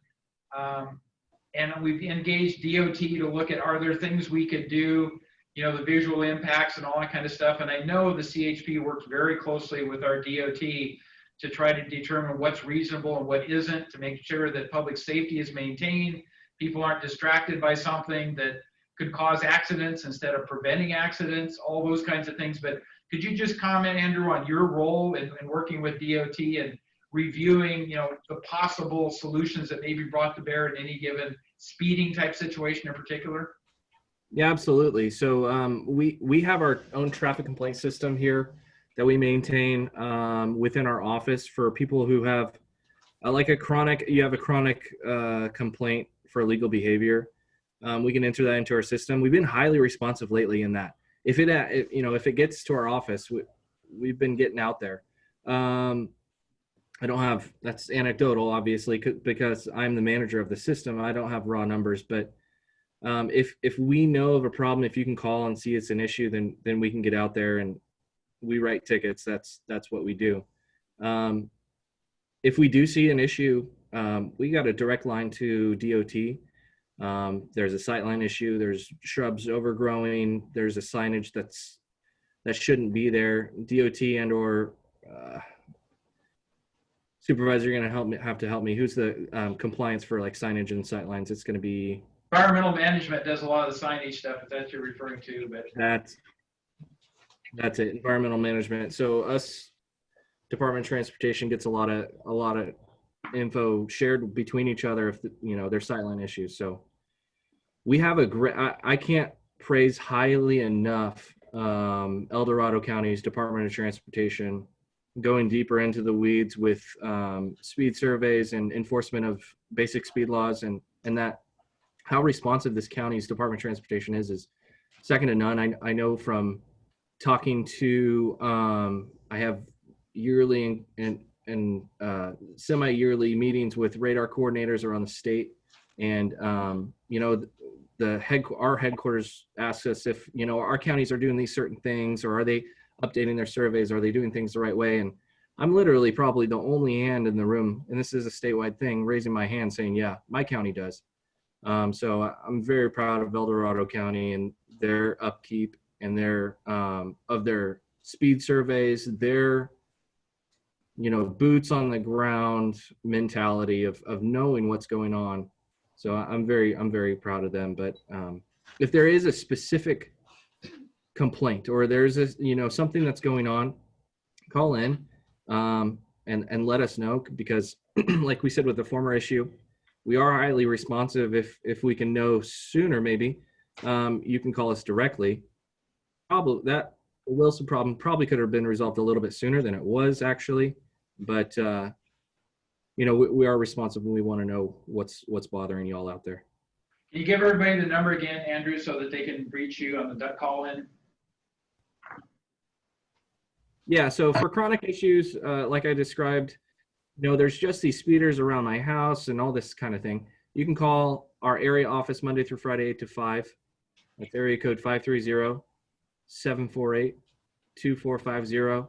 Or if you have a question, you say, oh, I just don't kind of know where this problem should go, you can give me a call. And that's, as a government arm, that's my job, is to guide you to where you should go if it's not us. For an active incident that's not an emergency, you can always call our dispatch center. It's area code 916-861-1300. And so that's active incident, but not emergency. It doesn't rise to level of 911. And that's for you to make that decision when you're dialing. And then 911 always for emergencies. You're behind a drunk driver, you're behind a reckless driver, you see something, they're spinning donuts around your street, you hear it, that's a 911 call. Give it a call, because that reckless behavior can lead to the injury and death of somebody. So we want to make sure and get officers out there, and we're responsive to that. So again, our area office, 530-748-2450, non-emergency dispatch, 916-861-1300, and then the good old 911 for those emergencies. Thank you for that. We'll put it in the minutes too, so everybody who didn't have a chance to write it down quick enough, we'll put it in the minutes for the meeting, and so Cindy will get those out to everybody via the minutes. So perfect. Thank you. I did want to let you know that I've had recent inputs on speeding over on Francisco Drive again. It seems that's a continuing issue, and so again, I've talked to DOT about what we could possibly do over there, but I would certainly reach out and welcome your support if you have any ideas. And I think primarily it's, we have basically a bicycle path right next to the road. It's a relatively narrow road. You got a lot of traffic going by with cars and students and school buses and all kinds of things, but yet some people don't pay much attention to what they're doing. And so, in fact, some of it, I think, gets into the exhibition of speed. They try to see how much they can get away with. But if you have any suggestions on that and working with D&T, I would certainly encourage that, because it's an ongoing thing, and it seems to be a growing problem. It doesn't seem to be stabilizing or diminishing. So that's the concern. So. All right. I'll get with my enforcement guys in the morning, and I will enter into our traffic complaint system. Putting the black and whites out there. That's our go-to. But I'll also shoot an email over to DOT and see if they have any ideas and thoughts. I'm sure they do. We'll see what we can do. Thank you. Very good. So with that, let's go to Chief Lilly's report, and then we'll take questions from any of the public safety inputs. So Chief Lilly. All right, yes, thank you. Well, as you all know, when you look outside, it's been super smoky around, and we've had a lot of people concerned about that, about the healthy, or rather the unhealthy air that we're all having to deal with right now. We're hoping that clears out here in the next week or so, if we can get some luck and blow some of that smoke out. But a lot of these fires are still burning. It's a record year as far as the fire season, number of acres it's burning. So it's been a huge issue. From a countywide perspective, we've sent more resources, firefighters and fire engines, to support these statewide fires than I think we ever have, hands down by far. I know for the El Dorado Hills Fire Department, we currently have deployed 14 personnel. We have 2 engines, a water tender, we have an incident support unit, we've had strike team leaders going out, just a lot of personnel out there going to these various fires. And whenever they're out, we still maintain full staffing here in El Dorado Hills. So the community's never left short. We just make more people stay at work while other people are out. So from a statewide mission perspective, it's been just a remarkable year and a lot of good fire activity, or bad fire activity. And then tomorrow we actually have one of our battalion chiefs going out as part of a USAR task force. And what they're going to be doing is they're going to that north complex where they think they still have a lot of missing victims, and they'll be searching house by house looking for victims. So pretty tough assignment, but one of our battalion chiefs heading out to do that tomorrow. So we are proud to be able to serve in that capacity as well, and potentially be able to bring closure to some families. So it's a big issue, and the dealing with COVID has really been our other focus, that trying to manage when our living environment being that we have a lot of people kind of living together for long periods of time. We have to deal with COVID exposures and somebody getting sick and trying to determine whether they're COVID or not. And that's required us to put a lot of firefighters off in quarantine. And I do, even though they're not on the call, want to really compliment Dr. Williams and our public health department. They have been incredibly supportive of the fire agencies, and they've provided us with rapid testing options and really made the difference financially and just from a staffing perspective on us being able to get firefighters tested, either confirmed or not confirmed, and get them back to work. So it's been really a great partnership there with public health, and I just want to recognize what they've done for us as well. And that's the end of the report. All right, and thank you for all the service you put when we had the EOC running and all the other stuff to get the PPE and everything else distributed. We're now got that through the DOC, the County Health Department, but that needs to be ongoing because we know first responders are using a lot of that COVID PPE in particular and need to have it replenished. I think we got pretty good supplies right now, which wasn't always the case. So thank you for your previous efforts on that, participating with the county and making that all work across the whole county. So kudos. Thank you. Okay, so with that, we'll open it up now to any comments or questions. We have someone with their hand raised. Cindy, yes, Jennifer. Jennifer, you're on. Hi, thank you for inviting me to the meeting and for giving me the opportunity to talk. I'm Jennifer Yoder. I live in Serrano, and I recently formed a group here in El Dorado Hills, a Republican women's group. And I wanted to say something during the public safety section because several of our members have had signs stolen from their yards. And then there's another, like a 4-foot by 8-foot Trump sign that was vandalized on a man's property outside of Windsor Park. It was hanging on his fence, so I think technically it's private property at Schooner and Marina View. And the sign is $65, and he's now been through 2 of them. Another report that our members gave us was that a rock was thrown through their window that had a Trump sign displayed. So I thank the law enforcement community for doing what they're doing to protect us. We value them so much. And I know some of the girls were afraid to file a report because they didn't want to waste your time, but I feel like it's kind of a threat to have our things stolen from our yard, to have our signs defaced. Like, I don't know what to tell them at this point. Bring your signs in at night because it's not safe to leave them out. I mean, I think our community should be safer than that. Yes, so this is called sign wars, and it happens every political season, unfortunately. But I don't know if any of our law enforcement has any recommendations on that. How do you deal with that? I always report it if it's a political sign that involves me, because I think we have to go on record and we have to get awareness that everybody has a right to put things out. People should not be violating other people's personal property. That's part of our rule of law, right? So, but some people will do no matter whatever. But any suggestions from any of our law enforcement in particular on that subject? Yeah. So thanks, Jennifer, for the question. There a couple of ways of going about it. For reporting it, you can do it kind of one of two ways. You can call our non-emergency number, our dispatch line, which is 621-6600, and they'll build a call, and eventually a deputy would be dispatched to either come to your house or talk to you over the phone. Or you could go online to our website, and there is a link to report a crime online. As far as some of the I guess the countermeasures against it, I would encourage some surveillance cameras if you have them. Putting signs in an area that are covered by surveillance cameras. I like game cameras. They're really useful, and they're pretty cheap. And you can go to Walmart and get a pretty high quality game camera for pretty low price. And those are pretty useful because you can put them out in a specific area, near a bush or attached to a tree or something like that, in an area that would kind of cover that sign in the most effective way.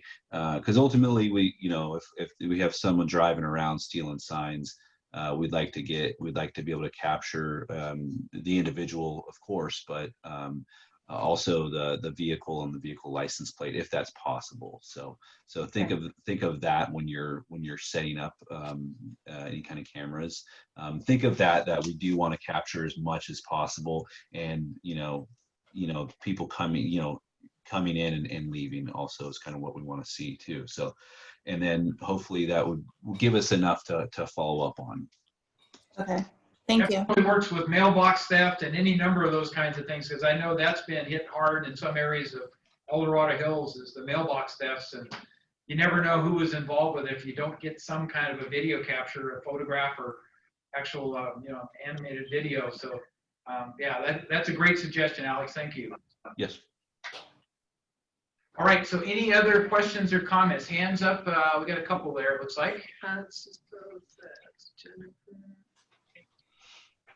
Alex. Let's see. Panelist. Okay. Tim. All right, Tim, you're on. Yeah, I just wanted to follow up with something that Chief Lilly said. I know we've had a fires this year, but Wednesday morning on September 16th at 9 o'clock, the El Dorado Hills Fire Department will be hearing the 55-0 the El Dorado Hills Fire Department member who was killed in the line of duty, Lieutenant Peter Bertelson. And the department will be hosting at 9 o'clock the pipe and drum and the honor guard remembrance of Lieutenant Bertelson and what he gave for the community and for the state. The national flag will be replaced, a new one will be put up at the park site. That's Wednesday, September 16th at 9 o'clock. And the address is a Lieutenant Peter Bertelson Memorial Park at 831 Redwood Lane, El Dorado Hills. And I know that as a member of the board of directors, I would very much appreciate to see a good community turnout for that event. And I know Chief Lilly can speak on behalf of the department employees, but I know that the firefighters and the staff would much appreciate a good community turnout as well.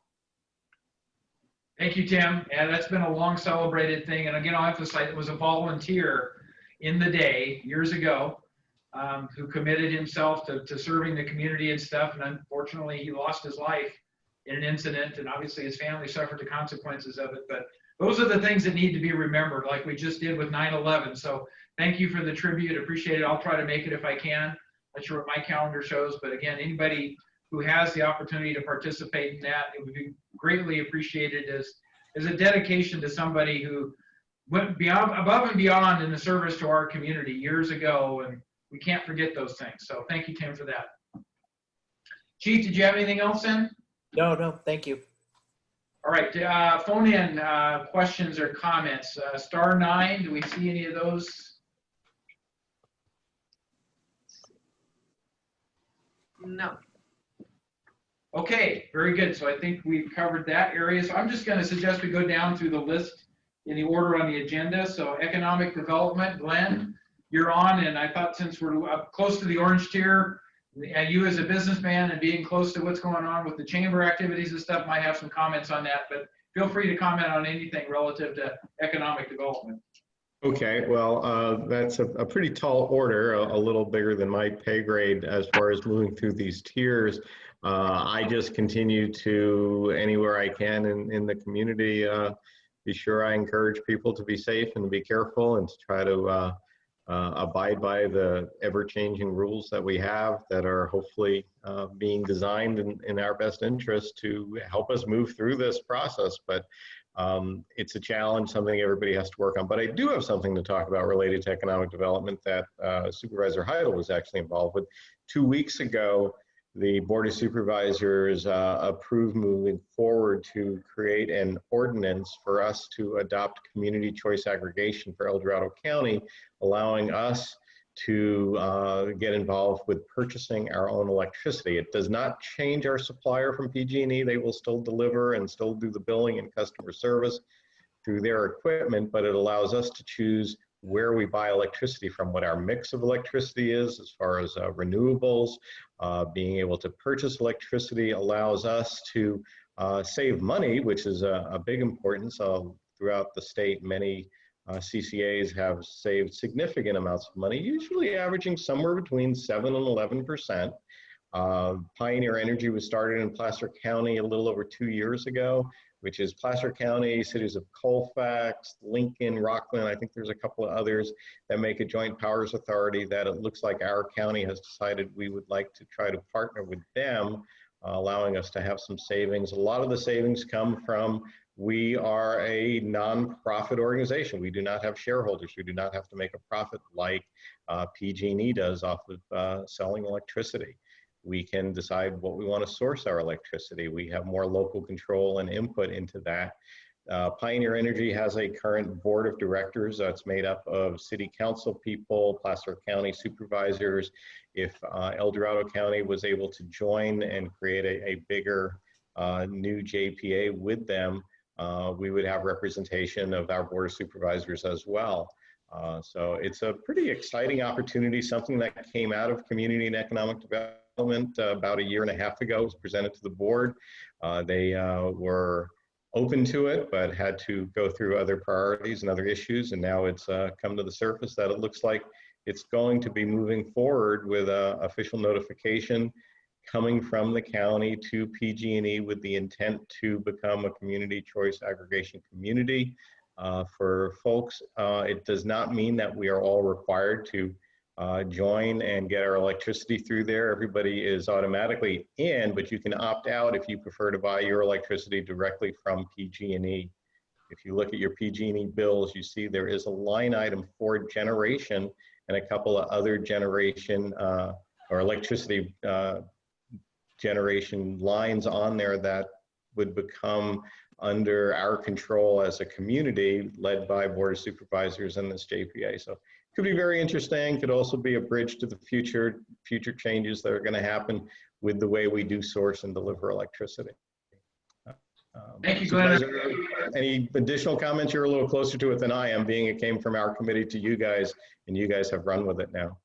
Yeah, the bottom line is we have to complete a series of analysis before the end of this calendar year to be eligible. And if we meet that date, then we could have become part of the JPA, it's a Joint Powers Agreement, Pioneer Energy, to start in 2021. If we don't meet all the criteria by the end of this year, it bumps a year. So there is a very critical time frame now. The staff's working hard with PG&E, with Pioneer Energy to get all the paperwork in order to get us in a position to do that. But the important thing I think about the timing on this is that Pioneer Energy had an expansion committee where they were actually looking at wanting to grow their JPA, an organization, and with our previous contact with them, we were in that prime slot, as well as the city of Placerville. So the city of Placerville is involved with the discussions as well as the county.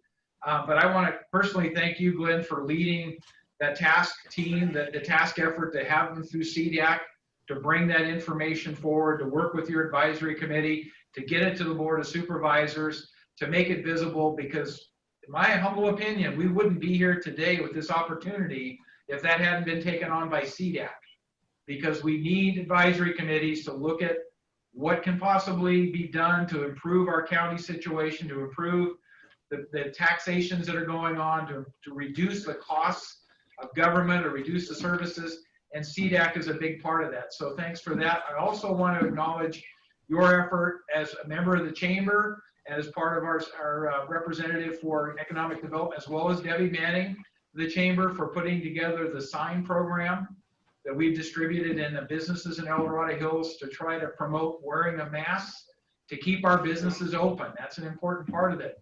And I think that has had a favorable outcome as well. We know some of the corporations that were hesitant to require those things, like Target, now is requiring them, and evidently in terms of anybody entering the store, it must wear a mask. I don't know how well it's enforced, but I think they did step up the enforcement. So again, thank you for that involvement. It takes a group of community members to make these things happen, and the advisory committee that you participate in is a major part of this. So thank you, and thanks for all the continued efforts, and we'll hope for some of these things will actually start seeing some benefits in terms of cost savings, reductions in payments to our PG&E bills, or whatever it may be. So great work. Well, thank you. It's been a pleasure, and I know the other people on this council all agree that, you know, through our volunteer efforts and plenty of people in the community, we can bring these things forward and then actually get them to take root within the county and grow into something. And this is something that I think will be very helpful. And there's a lot of good committees putting out good volunteer efforts to get to the board to get it on your radar, and that's what you need. Thank you. So do we have any questions or comments from anybody on the Zoom relative to economic development? Not seeing any *9 dial-in participants.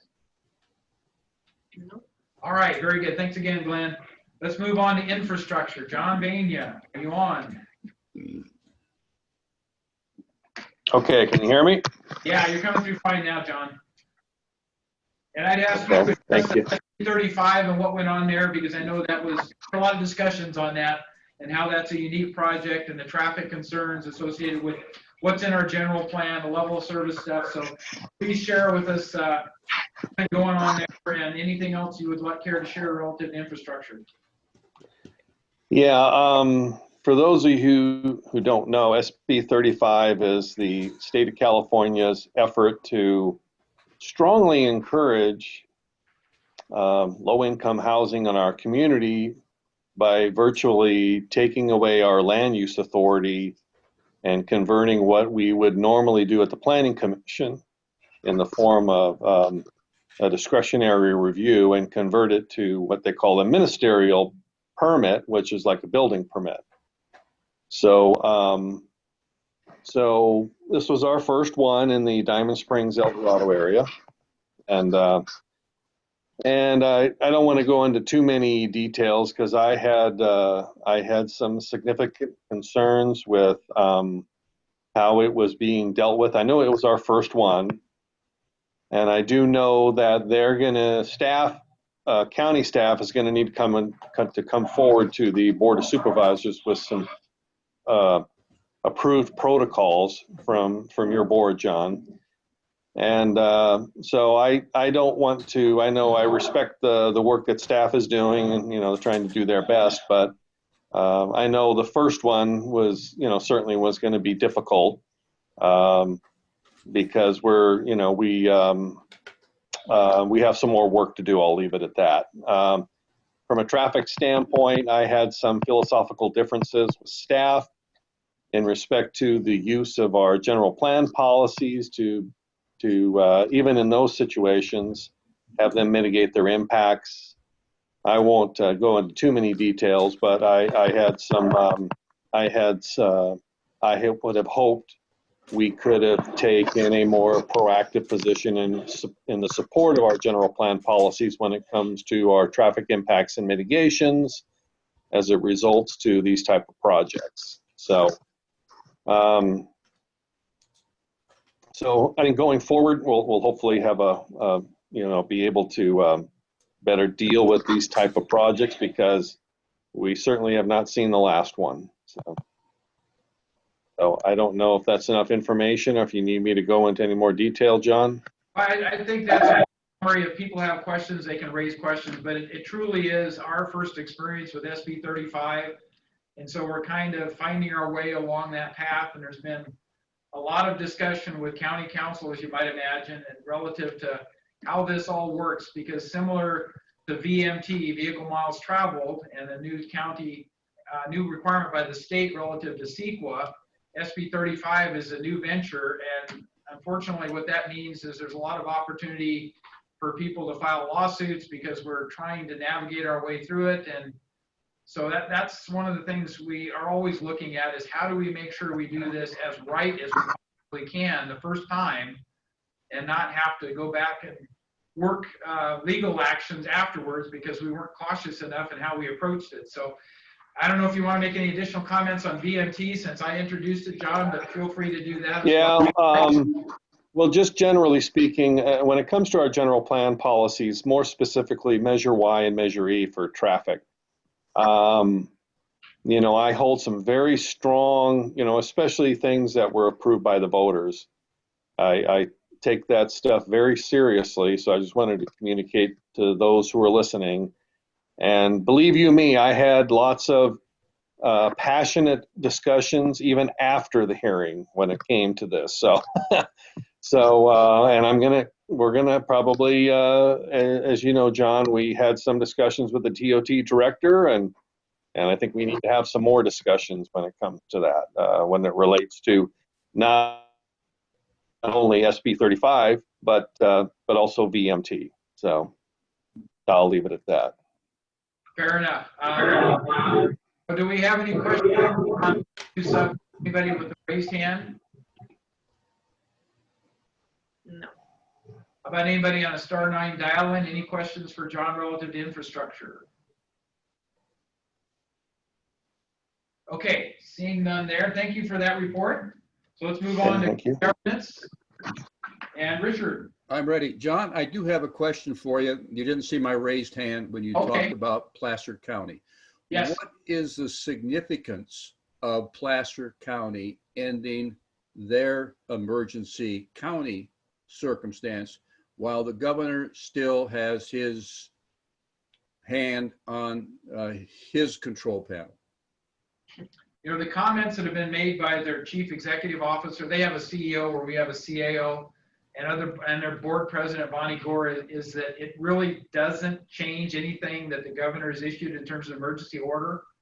So it gives the local jurisdiction the ability to say, we think the emergency's over, we're not going to have and impose our overlay, but it really doesn't change what happens at the state level. So you can use any term you want to for that, but it's an expression by their board that they believe that the governor has overreached, that there needs to be more recognition of individual counties' ability to manage for themselves, et cetera, et cetera. So I generally just refer to the quotes that came from either Bonnie Gore, their board president, or from their CEO relative to their response. And I'm sure there's other members of their Placer Board of Supervisors that have their comments, but I think it's for every individual to kind of read it and understand where they think they're coming from. So I appreciate the expression. Originally, they were looking at filing a lawsuit against the governor, and they reached out to talk to us about would we be willing to support that. You know, with county council's inputs being a major factor, and then they decided to go a different direction, to go this direction. But clearly, there's a lot of expressed anxiety, disgust, whatever you want to call it, for what we're having to live with in rural counties in particular in the state of California. So everybody needs to weigh in on that on their own and express themselves with the governor, and we'll continue to try to navigate as best we can at our county level and make sure that we consider everybody and everything and try to do the right things. But the sooner we can reopen, the better. The sooner we can get kids back to school, the better. It all comes down to, can you do it in a safe mode, you know, safe methods. And I think we can if we're given local control, but there's always the enforcement part of it. And that's a tough thing to deal with because we don't have a lot of enforcement to be able to go out and do that. So it becomes a self-reporting, by exception type of thing, and those never really work well. They suffice, but they never really work well if everybody isn't pitching together to try to make it happen. So hopefully that gave you enough of an answer, but I can certainly send you the quotes that came from Placer County. It's best from their mouth. Okay, well, you gave me a lot to choose from, let me put it that way. It also kind of ties into what you had indicated in your agenda, leadership expectations in the COVID environment.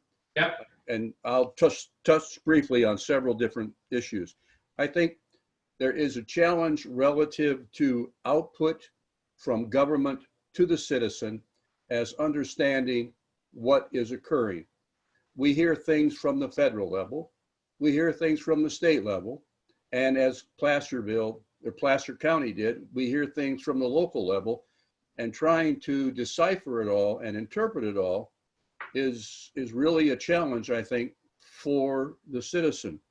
I also think there's probably a difficulty relative to our government officials understanding how we all feel, because the environment of communication has been changed. Although I think I have seen no numbers to compare, but I think attendance in some of these meetings via Zoom has probably been greater than has been in person. So maybe there's something to learn from this for the future in terms of the vehicles of communication that maybe we need to take advantage of routinely. Being in a county that is kind of quasi-divided into three segments, East, Placerville, and West, I'm not so sure we have a good source of media communication to quickly disseminate information that goes on vis-a-vis our county activities. And that makes it very hard, I think, to learn what is afoot. I think we are handicapped in that way. Well, let me mention, we do have a public information officer, communications director that is very active on Facebook, through Nextdoor, through Instagram, Twitter. So we're trying to do, as a county, we're trying to get that information out. But obviously she has a lot of things on her plate with the COVID stuff erupting every day and various other things. So we do have a concerted effort, but it's a one-person deep organization. And I'll just mention that a lot of people felt that when the county made a decision to hire a director of communications, i.e. a PIO, there was a lot of resistance to that. People didn't think that was a worthwhile expenditure. All they were going to get was a line of bureaucracy, BS, whatever you want to call it. And I think it's absolutely essential to try to communicate that. And I think our director of communications has been doing a good job. I mean, there's always difficulties in making that happen in a time frame with all of the pressures and stuff. But that is the way we're trying to communicate with the broad county. And then obviously whatever doesn't go into that form of communication, Cindy and I look at, is this worthy of putting on Nextdoor and put Facebook? And so we don't want to be repetitive to what we're doing at the PIO level, but we do want to make sure that people in El Dorado Hills get the special communications that affects them only, because a lot of times that doesn't go out as a county-wide information item because it's specific to a small area. So between the balance, that's the way we've been able to do it, recognizing we don't have, you know, frequent newspaper communications, et cetera. It seems that social media aspect of it is probably the best we have to work with. So well, I would make the observation, particularly given some of us are more senior in the community, we have fallen back to old media styles of newspaper, radio, and television.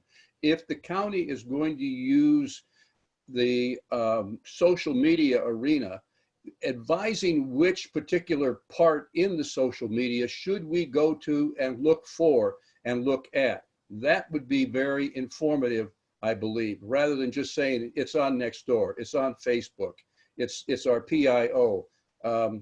I think having a place where we could comfortably expect to find current important information would be useful. That's all on this topic. I'll move forward to something else. Well, let me have Cindy comment on it, because she coordinates with Carla Haas, who's our PIO and stuff, in terms of things that we can put.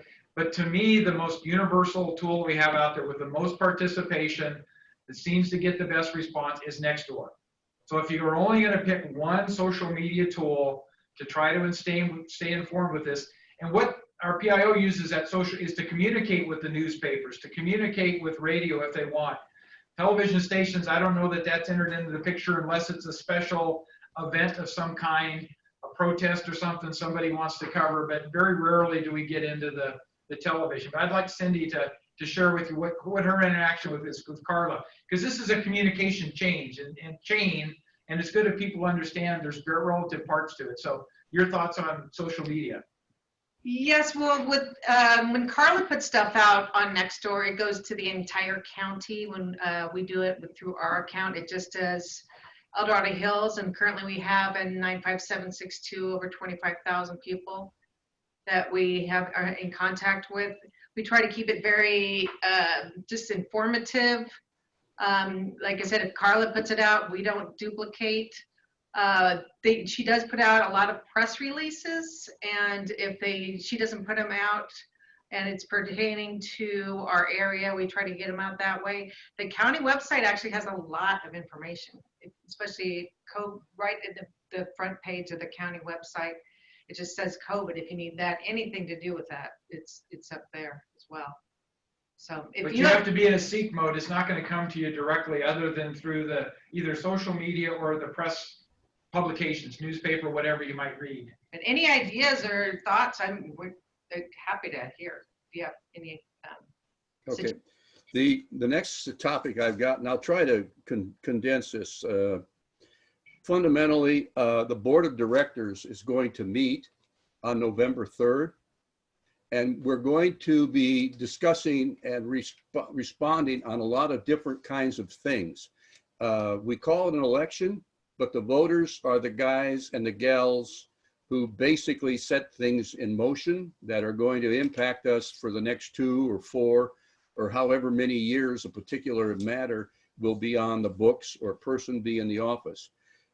This is kind of a scary election time.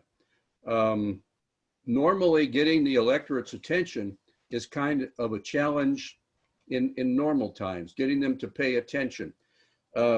Right now, though, we've got some phenomenal distractions going on, almost, unfortunately, a perfect storm. We've got COVID, California, we've got our fires, and then we also have a presidential election.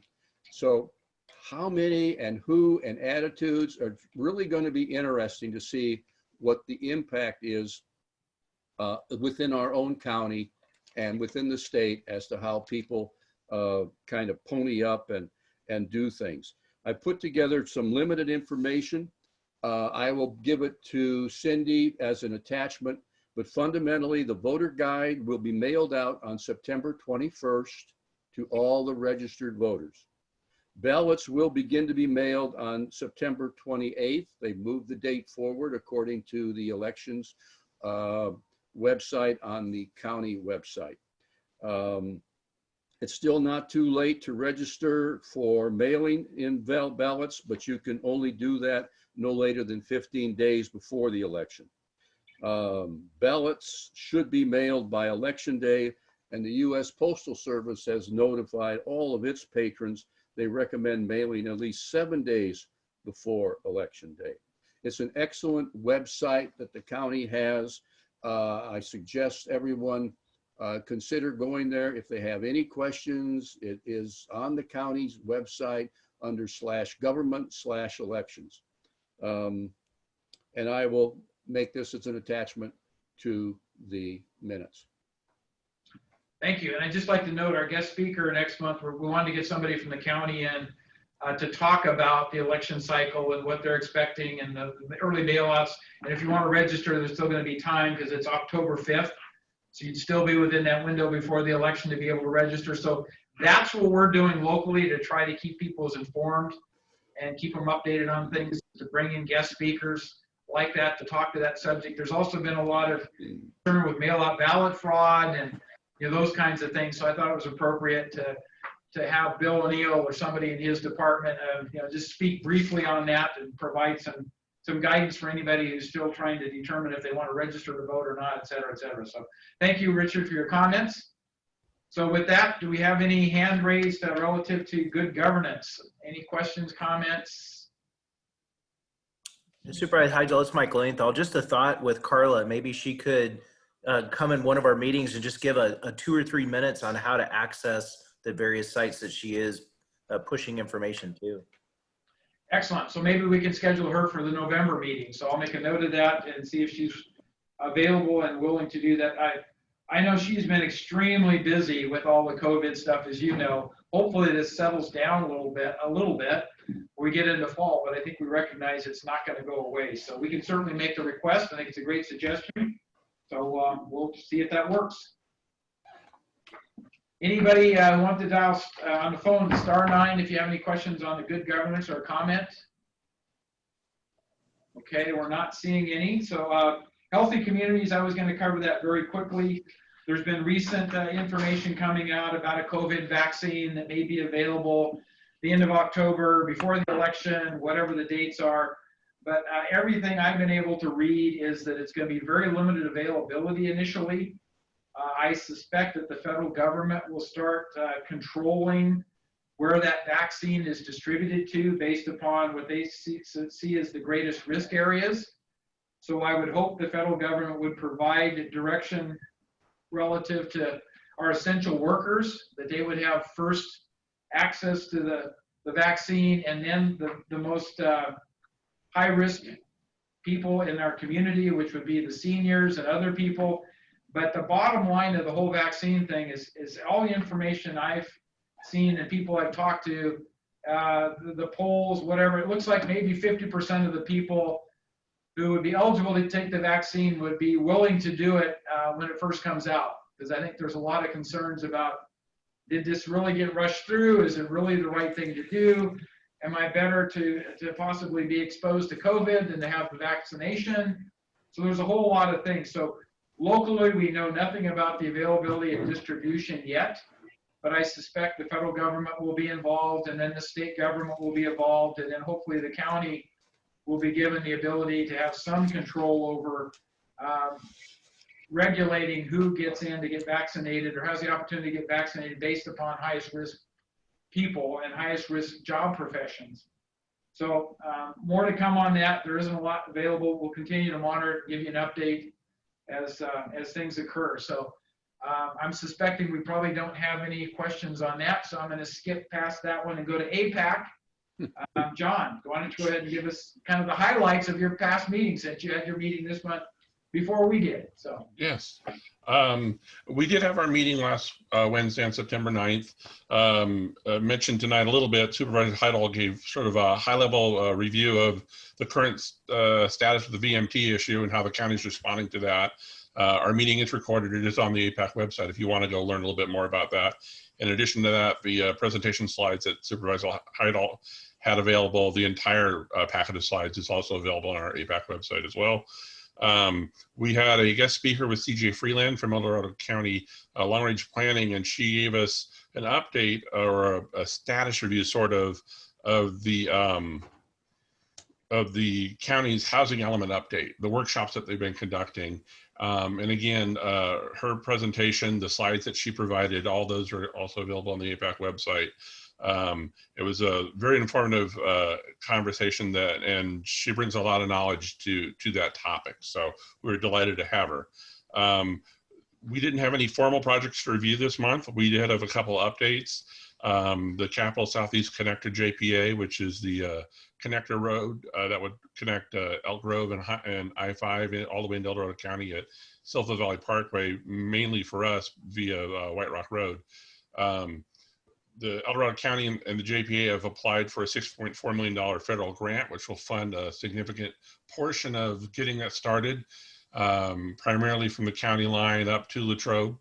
There's still some other areas to work on, but it's a start, $6.4 million. We did have a little bit of information about, there were some concerns about some left-hand turn movements that would be prohibited on White Rock Road, primarily right there by Four Seasons, Stonegate, not sorry, but in that area along White Rock, that seems to have been resolved with this application for the grant. So looking forward to hearing back some information on that. We've discussed 5 projects that are in the various planning stages that are south of US 50 along Latrobe Road, primarily residential projects. One is a commercial project. Those materials are available on our website as well.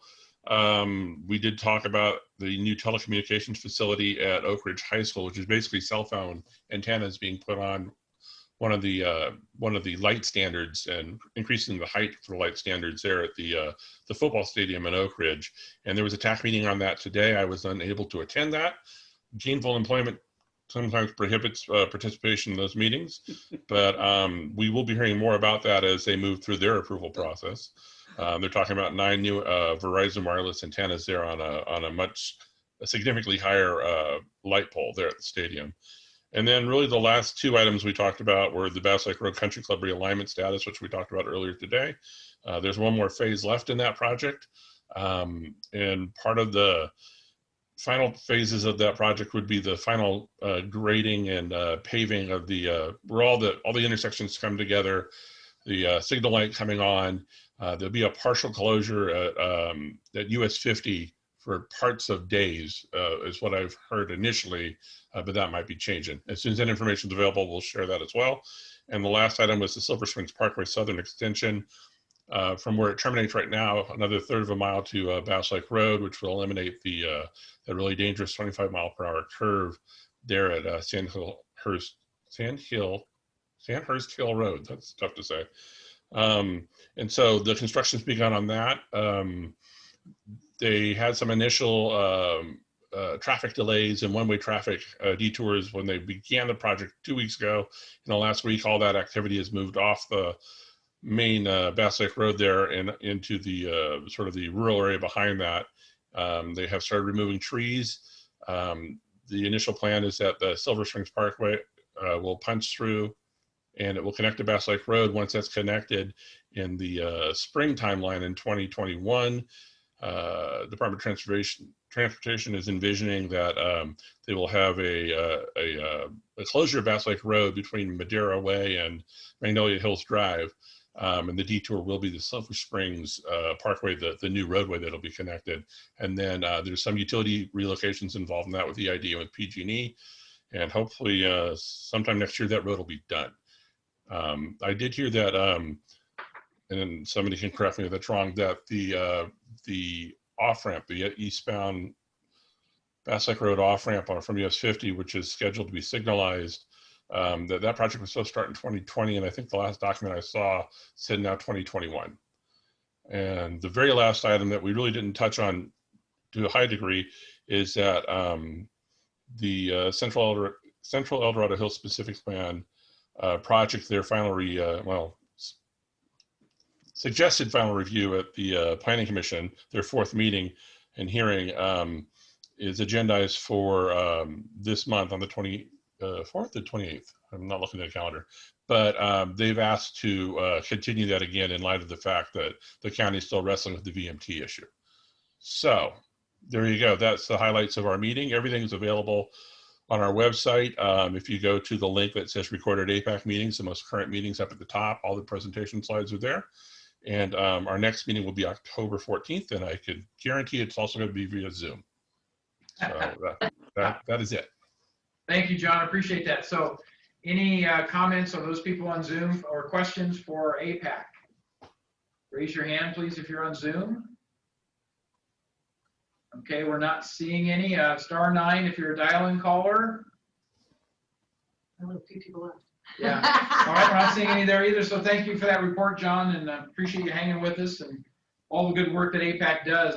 I know you're always looking for volunteers, so if people really want to understand what's going on with proposed development, and particularly in El Dorado Hills, get involved with APAC. That's where your voice will be heard and the way you can influence the decisions that are made to come up from APAC to the Planning Commission as recommendations, from the Planning Commission, the Board of Supervisors, typically as recommendations, and then the decision gets made. But it's all about community involvement that makes the difference. So please get involved if you have the ability to do that. So with that, let's move on to community information and outreach. That's me. I'll just go over a few the social media posts that we've been putting out lately via the Nextdoor and Facebook. Been doing the statewide CAL FIRE summary pretty regularly recently. And this month is Suicide Prevention Month. And El Dorado County participates in the No to the Signs campaign. It's an effort funded by counties through the voter-approved Mental Health Services Act, which is Prop 63. So that was a press release. It's on, we posted it on our Nextdoor account, but it's also on the county website. Very good information on, especially these times, if how to handle someone that you might suspect is having problems. The El Dorado Hills CSD put together an all remembrance video for 9/11, which is just wonderful. So if you didn't get a chance to view that, that's up on our Nextdoor feed and also on the El Dorado Hills CSD website. They did a great job on that. There was on September 8th, there was an emergency camping prohibition that's prohibiting all camping as of that date. And they're going to be reevaluating when people can go back out camping as the conditions change. And last thing I have here is the El Dorado Hills Endowment Fund grant cycle is currently open. So the applications are due by September 30th. It's for all nonprofits who serve El Dorado Hills. So if you know of a nonprofit, we have that. If you didn't see it on our posts, I can get you that information. So it's a good way for the nonprofits in El Dorado Hills for some funding. Thank you. So any questions from anybody on the leadership team or anybody on Zoom? Okay, all right.